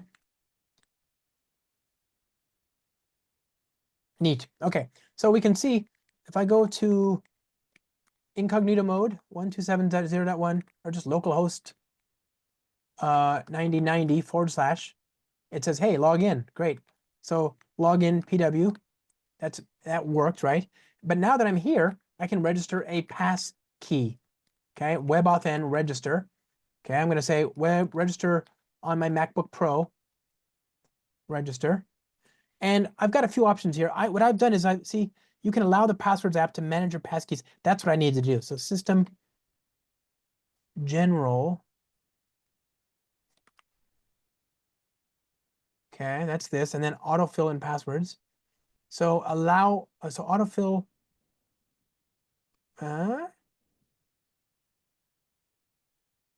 That, okay. So hit cancel. Register again. I don't know if that will work. Whatever.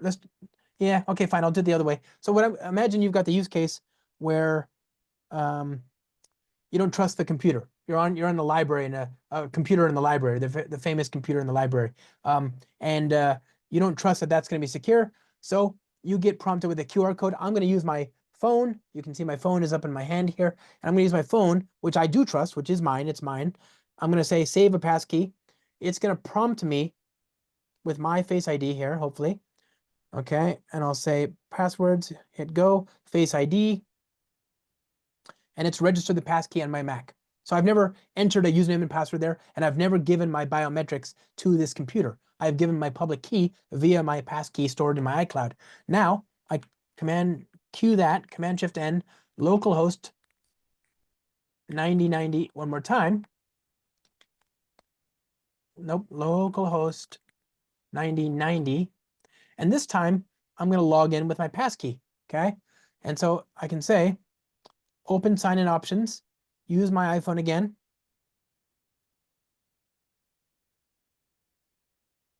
Okay. Continue with, it's asking me to do Face ID over here.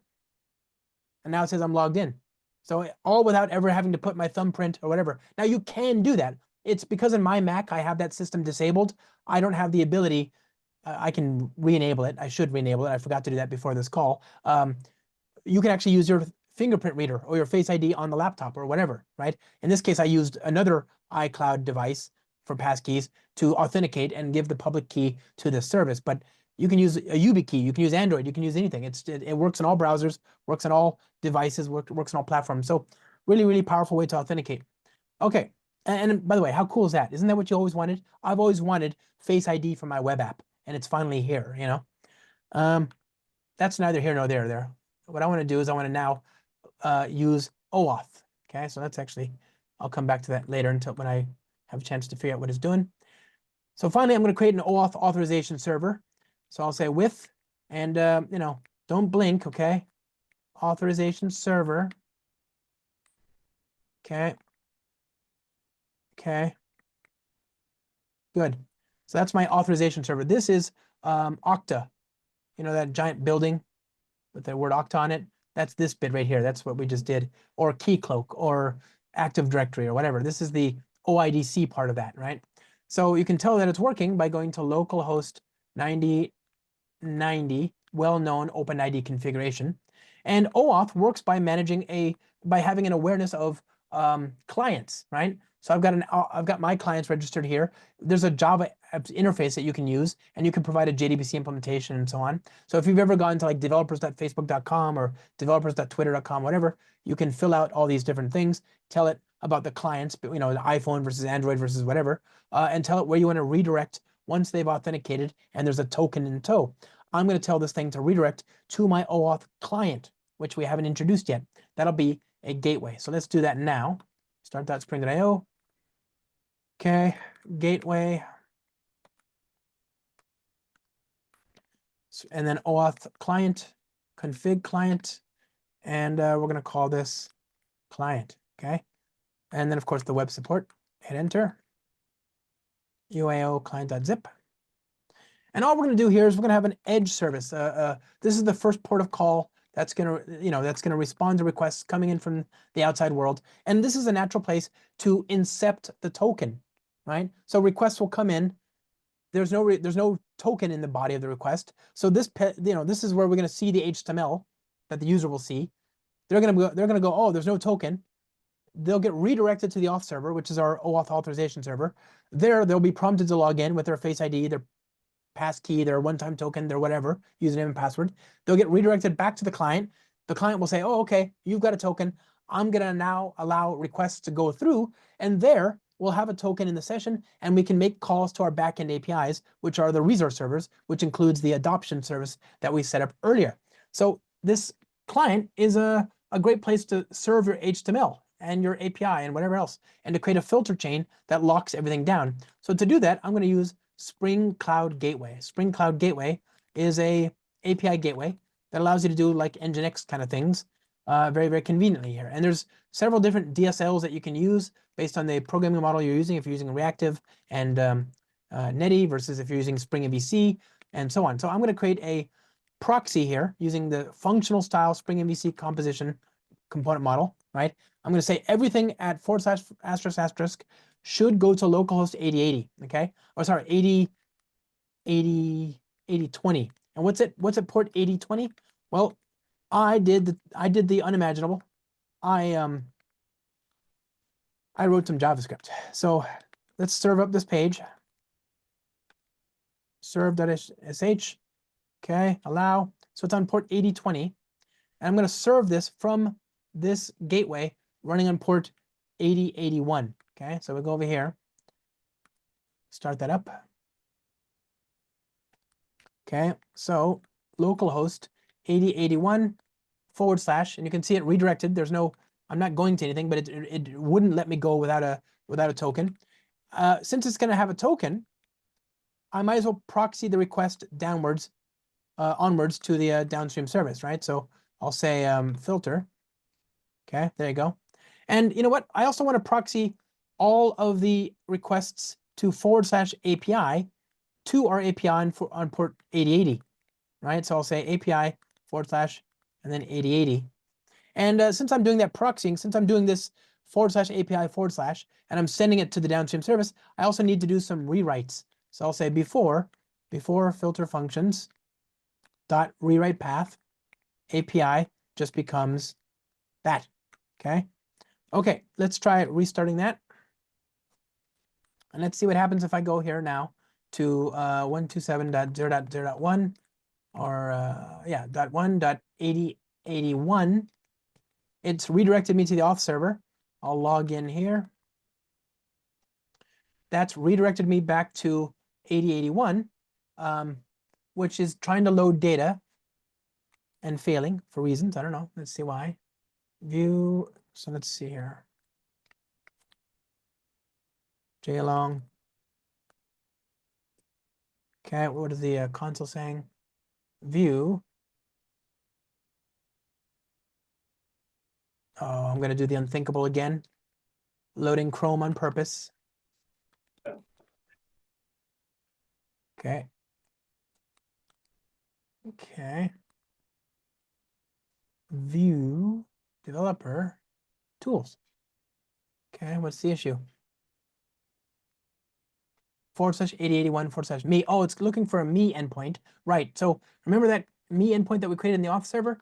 Let's create that. Let's put that in the downstream adoptions service. Okay, so over here, adoptions, paste that in there, and it's going to be called me. So restart the adoption service. Oh, wait. Adoptions is port 8080, right? What's the issue with that one?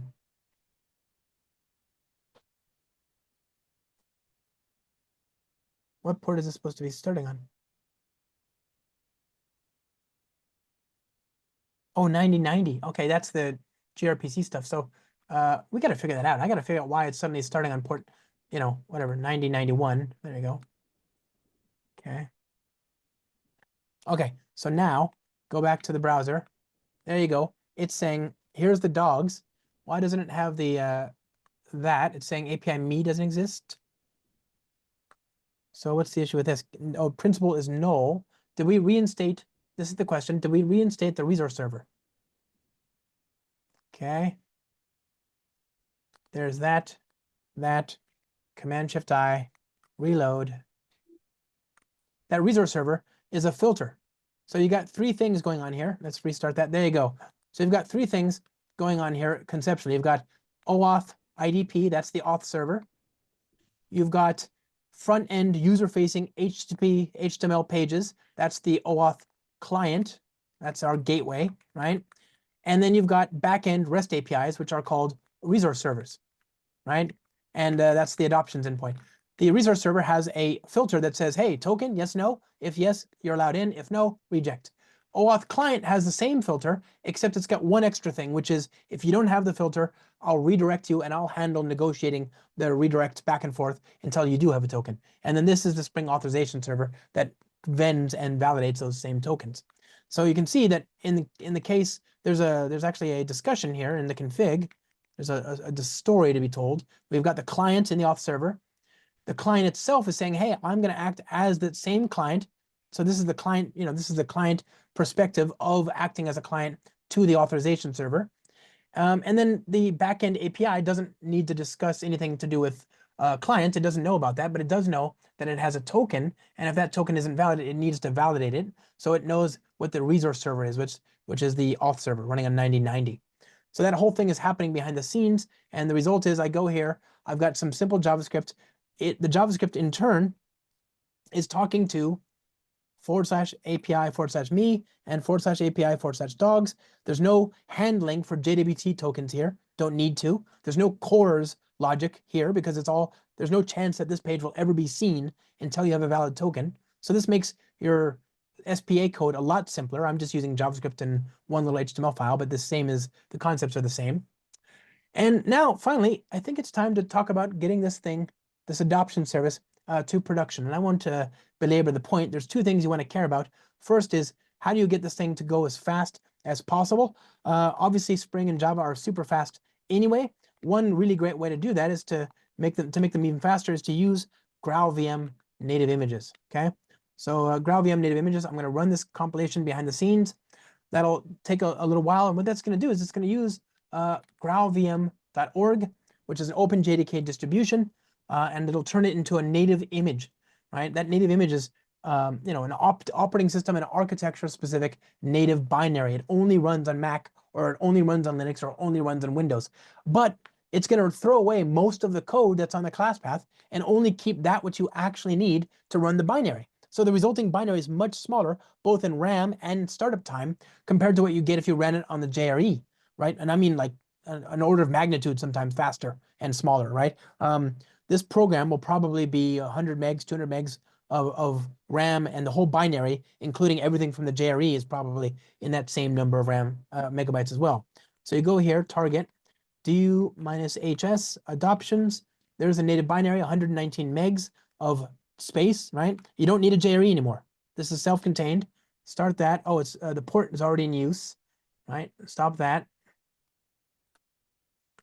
Okay, there you go. 0.17 seconds. So a little bit more than 1/10 of a second to start up. And much more importantly, if you look at the process identifier, okay, PS-O RSS, that's measured in kilobytes, resident set size. So divide by 1,000, that's 150 megabytes of RAM. How much RAM does your Java program take, right? Probably a lot more, probably 10 times more, right? On average, the JVM deployments you'll see these days are about 1 gig at least. So that's really good. Now, what about scalability? Well, this gets us into, how many of you have heard of virtual threads? Okay, virtual threads are dope, right? So just a quick demo here. And this demo is from my colleague, Cora E. Berklade. She's a lot smarter than I am, so I steal her demo like all the time. So UAO vt.zip. And basically, virtual VT application, is it? Yeah, there you go. Imagine we have an HTTP endpoint here, class delay controller. Okay, and by the way, here, if you want to find her on the internet and learn from her like I do, that's her name. Follow her. Okay. Um, and so I'm going to create an endpoint here that's going to call another microservice, another service that's going to be a simulation of something that takes forever, right? It's going to take a long time. So for example, you're at your call to a backend microservice or to your REST, your API, your AI model, right? Whatever. All these things are good things that simulate delay, right? So I'll say private final REST client, HTTP, add that, dot builder. Sorry, builder. Good. And this service, I happen to have a container. So I'll go to my bin and I'll say http bin.sh. It's running on port 8080, port 9000. So I'll say this dot http dot get dot URI localhost 9000 / delay / 5. Okay, dot retrieve dot body string dot class. Okay, so I'm just making a call to a thing that will run for 5 seconds before it produces a response. It's meant to simulate long-lived responses, right? And so think about what's going to happen. Come on, 5 seconds later. There you go. It's meant to simulate long-lived responses, but think about what's happening here. This is a servlet. Spring MVC runs in Tomcat. Tomcat is a servlet container. Each controller method, handler method, gets invoked inside of a thread, inside of a servlet request. That's happening in the same thread. So let's take note of which thread we're on, right? So here's the reply. Okay. And here's the threads, this, and we'll say threads, thread dot current thread. And then we'll do that again afterwards, and we'll print out the threads, and we'll return the reply. Okay. Now I want this to run in a more realistic manner, because the problem is I've got an amazing machine, like freaking amazing. This machine is super powerful. I can run Slack and Teams at the same time on this machine, okay? People didn't think this was possible 10 years ago, but now the technology is advanced in such a way that you can do it. I actually was running Google Chrome for a little bit there. Did you see that? Both Chrome and Slack at the same time. People give me looks on the streets because they don't know that that's possible, but it is. And that's not typical, right? Machines aren't, this is a new thing relatively. Port 8080, oh, okay. It's a new thing relatively. And the reason that's an issue is because it's not typical of what you're getting in production, right? In production, the things you deal with are yesterday's machines that are commodity. You scale out, not up. So we're going to go to 8083 delay. I'm going to actually do some load testing here. I'll send 40 requests, 20 of them at the same time, to localhost 8080 delay. So HTTP localhost delay. Hey, do I need to do space, I think? Okay, so that'll run. And right now I'm using the default threading model that you've seen before. So when I get to this point, I'm on a thread, and then when 5 seconds later, I'm down here at line 45, I'm on the same thread. And what that means is that nobody else can use that thread. You can see the result here, right? It says thread number 67, running on thread 8083, thread pool 7575. So that means that for the whole 5 seconds, when I'm just sitting there waiting for those bytes, nobody else in the operating system can use that thread. That will frustrate your scalability, right? So let's look at the results of that load test here. Okay. Put that there. That's yuck. Okay. Now let's do virtual threads. Now look, it's not going to be easy. My dad always said that if you wanted to do anything right, you had to work at it, and anything worth doing is worth working for. And so I believe that we'll do that and we'll be okay. It's done. So let's go ahead and restart that and rerun the same test. Okay. And this time we're using virtual threads.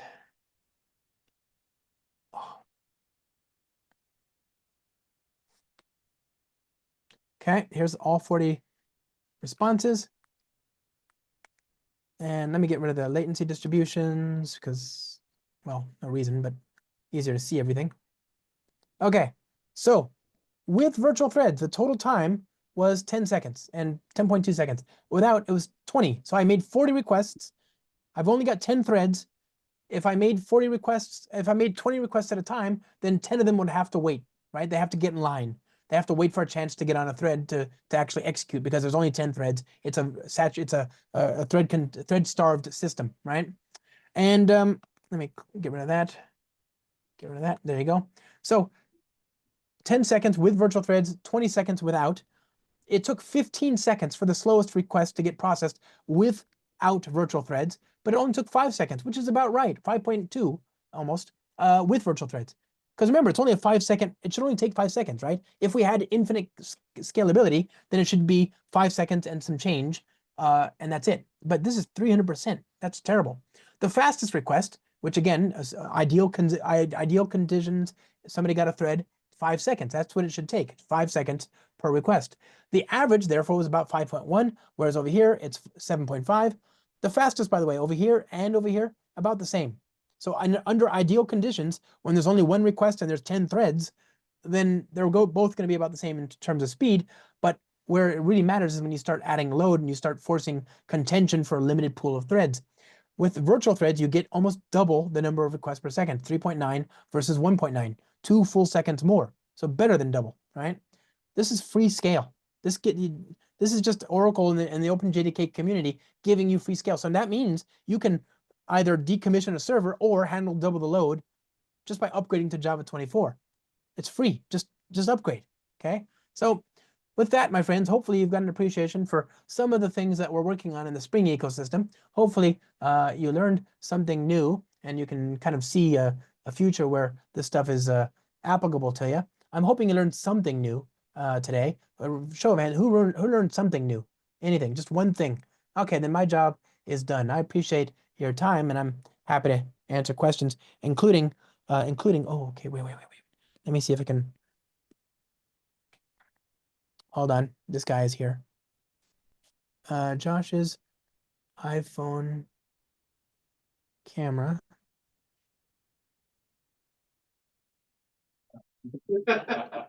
You see, Right there. hi, Peanut. Look at him. He's so suspicious. He knows I've been talking about him. Hey, are you gonna bite me? Please don't bite. Oh. Oh, okay. So he didn't bite.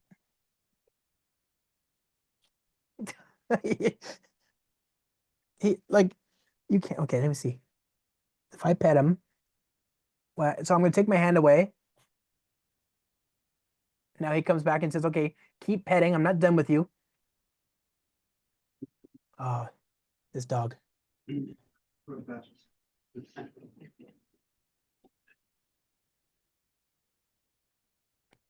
So anyway, I'm happy to answer your questions if you got them, but I also have to pet this dog, or everybody gets it. Can you hear us? No. Yeah. Here,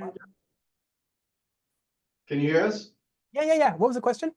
Question about Spring AI. Do you know when it will move from milestone releases to beta or GA? I expect, I'm hoping before the summer. I can't guarantee you anything. Actually, wait, let's just take a look at the old calendar.spring.io, which is public. Let's see. No sleep till production. Let's see.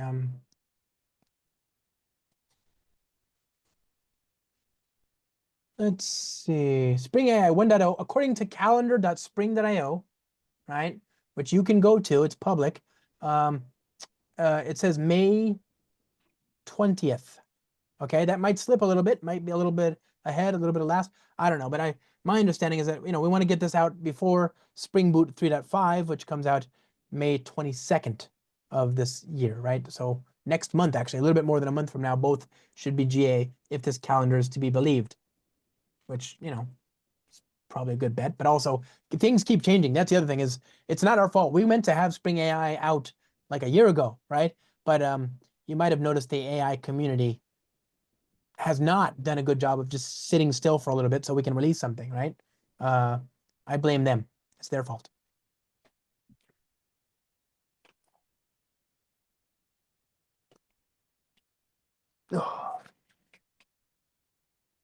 Any other questions? We learned about Another one. Talking about tools, AI tools to help out coding with Spring. Have you heard in the community what's a preferred tool slash model?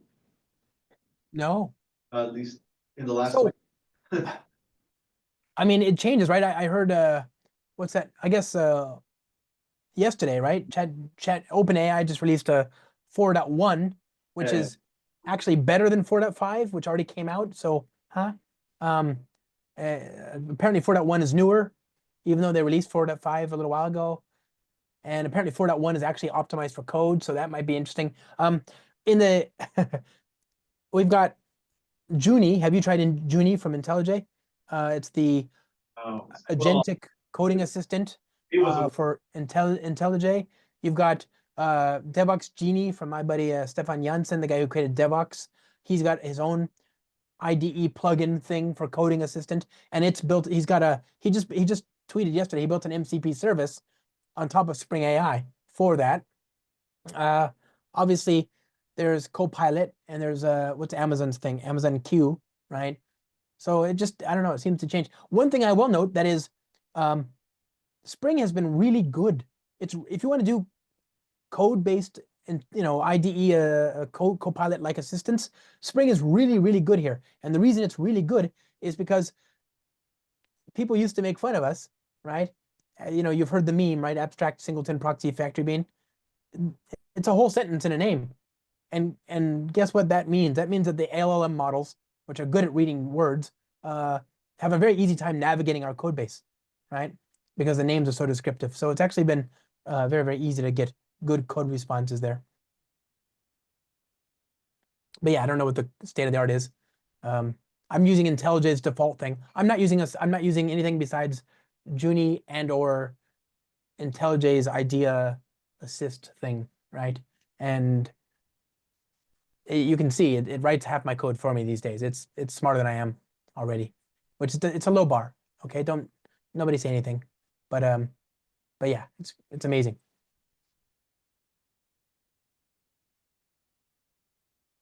Other questions? We talked about Modulith, talked about OAuth, we talked about passkeys, we talked about batch processing, talked about Spring gRPC, Spring GraphQL, Spring MVC, and HTTP. We talked about the Spring AI project. We looked at Spring AI and MCP. We looked at Spring Cloud Gateway and microservice technology, like Spring Cloud Config Server. Nothing? No questions at all? You all just knew all that stuff? I have a question for you. What is your sense of the adoption of Spring Modulith out in the world? Are you seeing a lot of adoption? Or are you seeing it slow take? I'm just kind of curious. Oh dear. I don't know. Actually, it's very hard for us to know. I see people asking questions. It's a very popular project on the Spring Project's GitHub. But remember, even a small, tiny smidge of a fraction of Spring boot is a large number, right? So, but we don't have any tracking code, right? There's no way for us to know. There's no way for us to see that. I'm looking right now on the old GitHub there. It's got 890 stars, so it's pretty popular. It's a growing project, and it's one of those things where you're really going to be beneficial if you start off with it. If you write your code from the beginning. So by definition, it's not one of those things where you want to take a 20-year-old code base and then try and graft it on piecemeal. You can. There are ways to carve out exceptions and to tell Spring Module, hey, leave me alone until I get a chance to fix this. But it's sort of one of those things where now that it's GA and it's been out for a year, we're starting to see more people start new things with it, and I started a pretty big project with it about a year ago, and I couldn't be more grateful.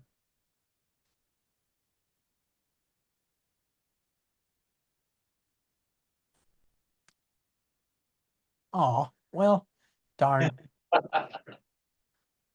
If there's any questions, I'd love to answer them. I've got a meeting in 10 more minutes, so I'm a bit bummed. We gotta kind of hurry. You're a busy man. Something busy isn't always good. Busy is just busy, but I'm certainly busy, whatever that is. Where's that dog? He left. So that dog is pretty mellow for being demonic, I'm just saying. No, he's most abusive to the people that love him, right? So like he puts on a really good show for like strangers. And so people are like, oh, how could you dislike him? He's so cute. And I'm like, yeah, but he'll cut you, he will. He's not a good, just the worst. Not a good dog. Very cute, but evil. Did you see the way he came over and demanded pets? The gumption. Question. Would you be willing to share the code that you showed us? Yeah. It's well, it should be github.com, Josh Long Attic. Let me just make sure, because goodness knows I put it in the README there as well. Let me just check. Is my screen still visible? Nope. No, Okay, let me just make sure I've got two things that you need here. So screen. Okay, so the code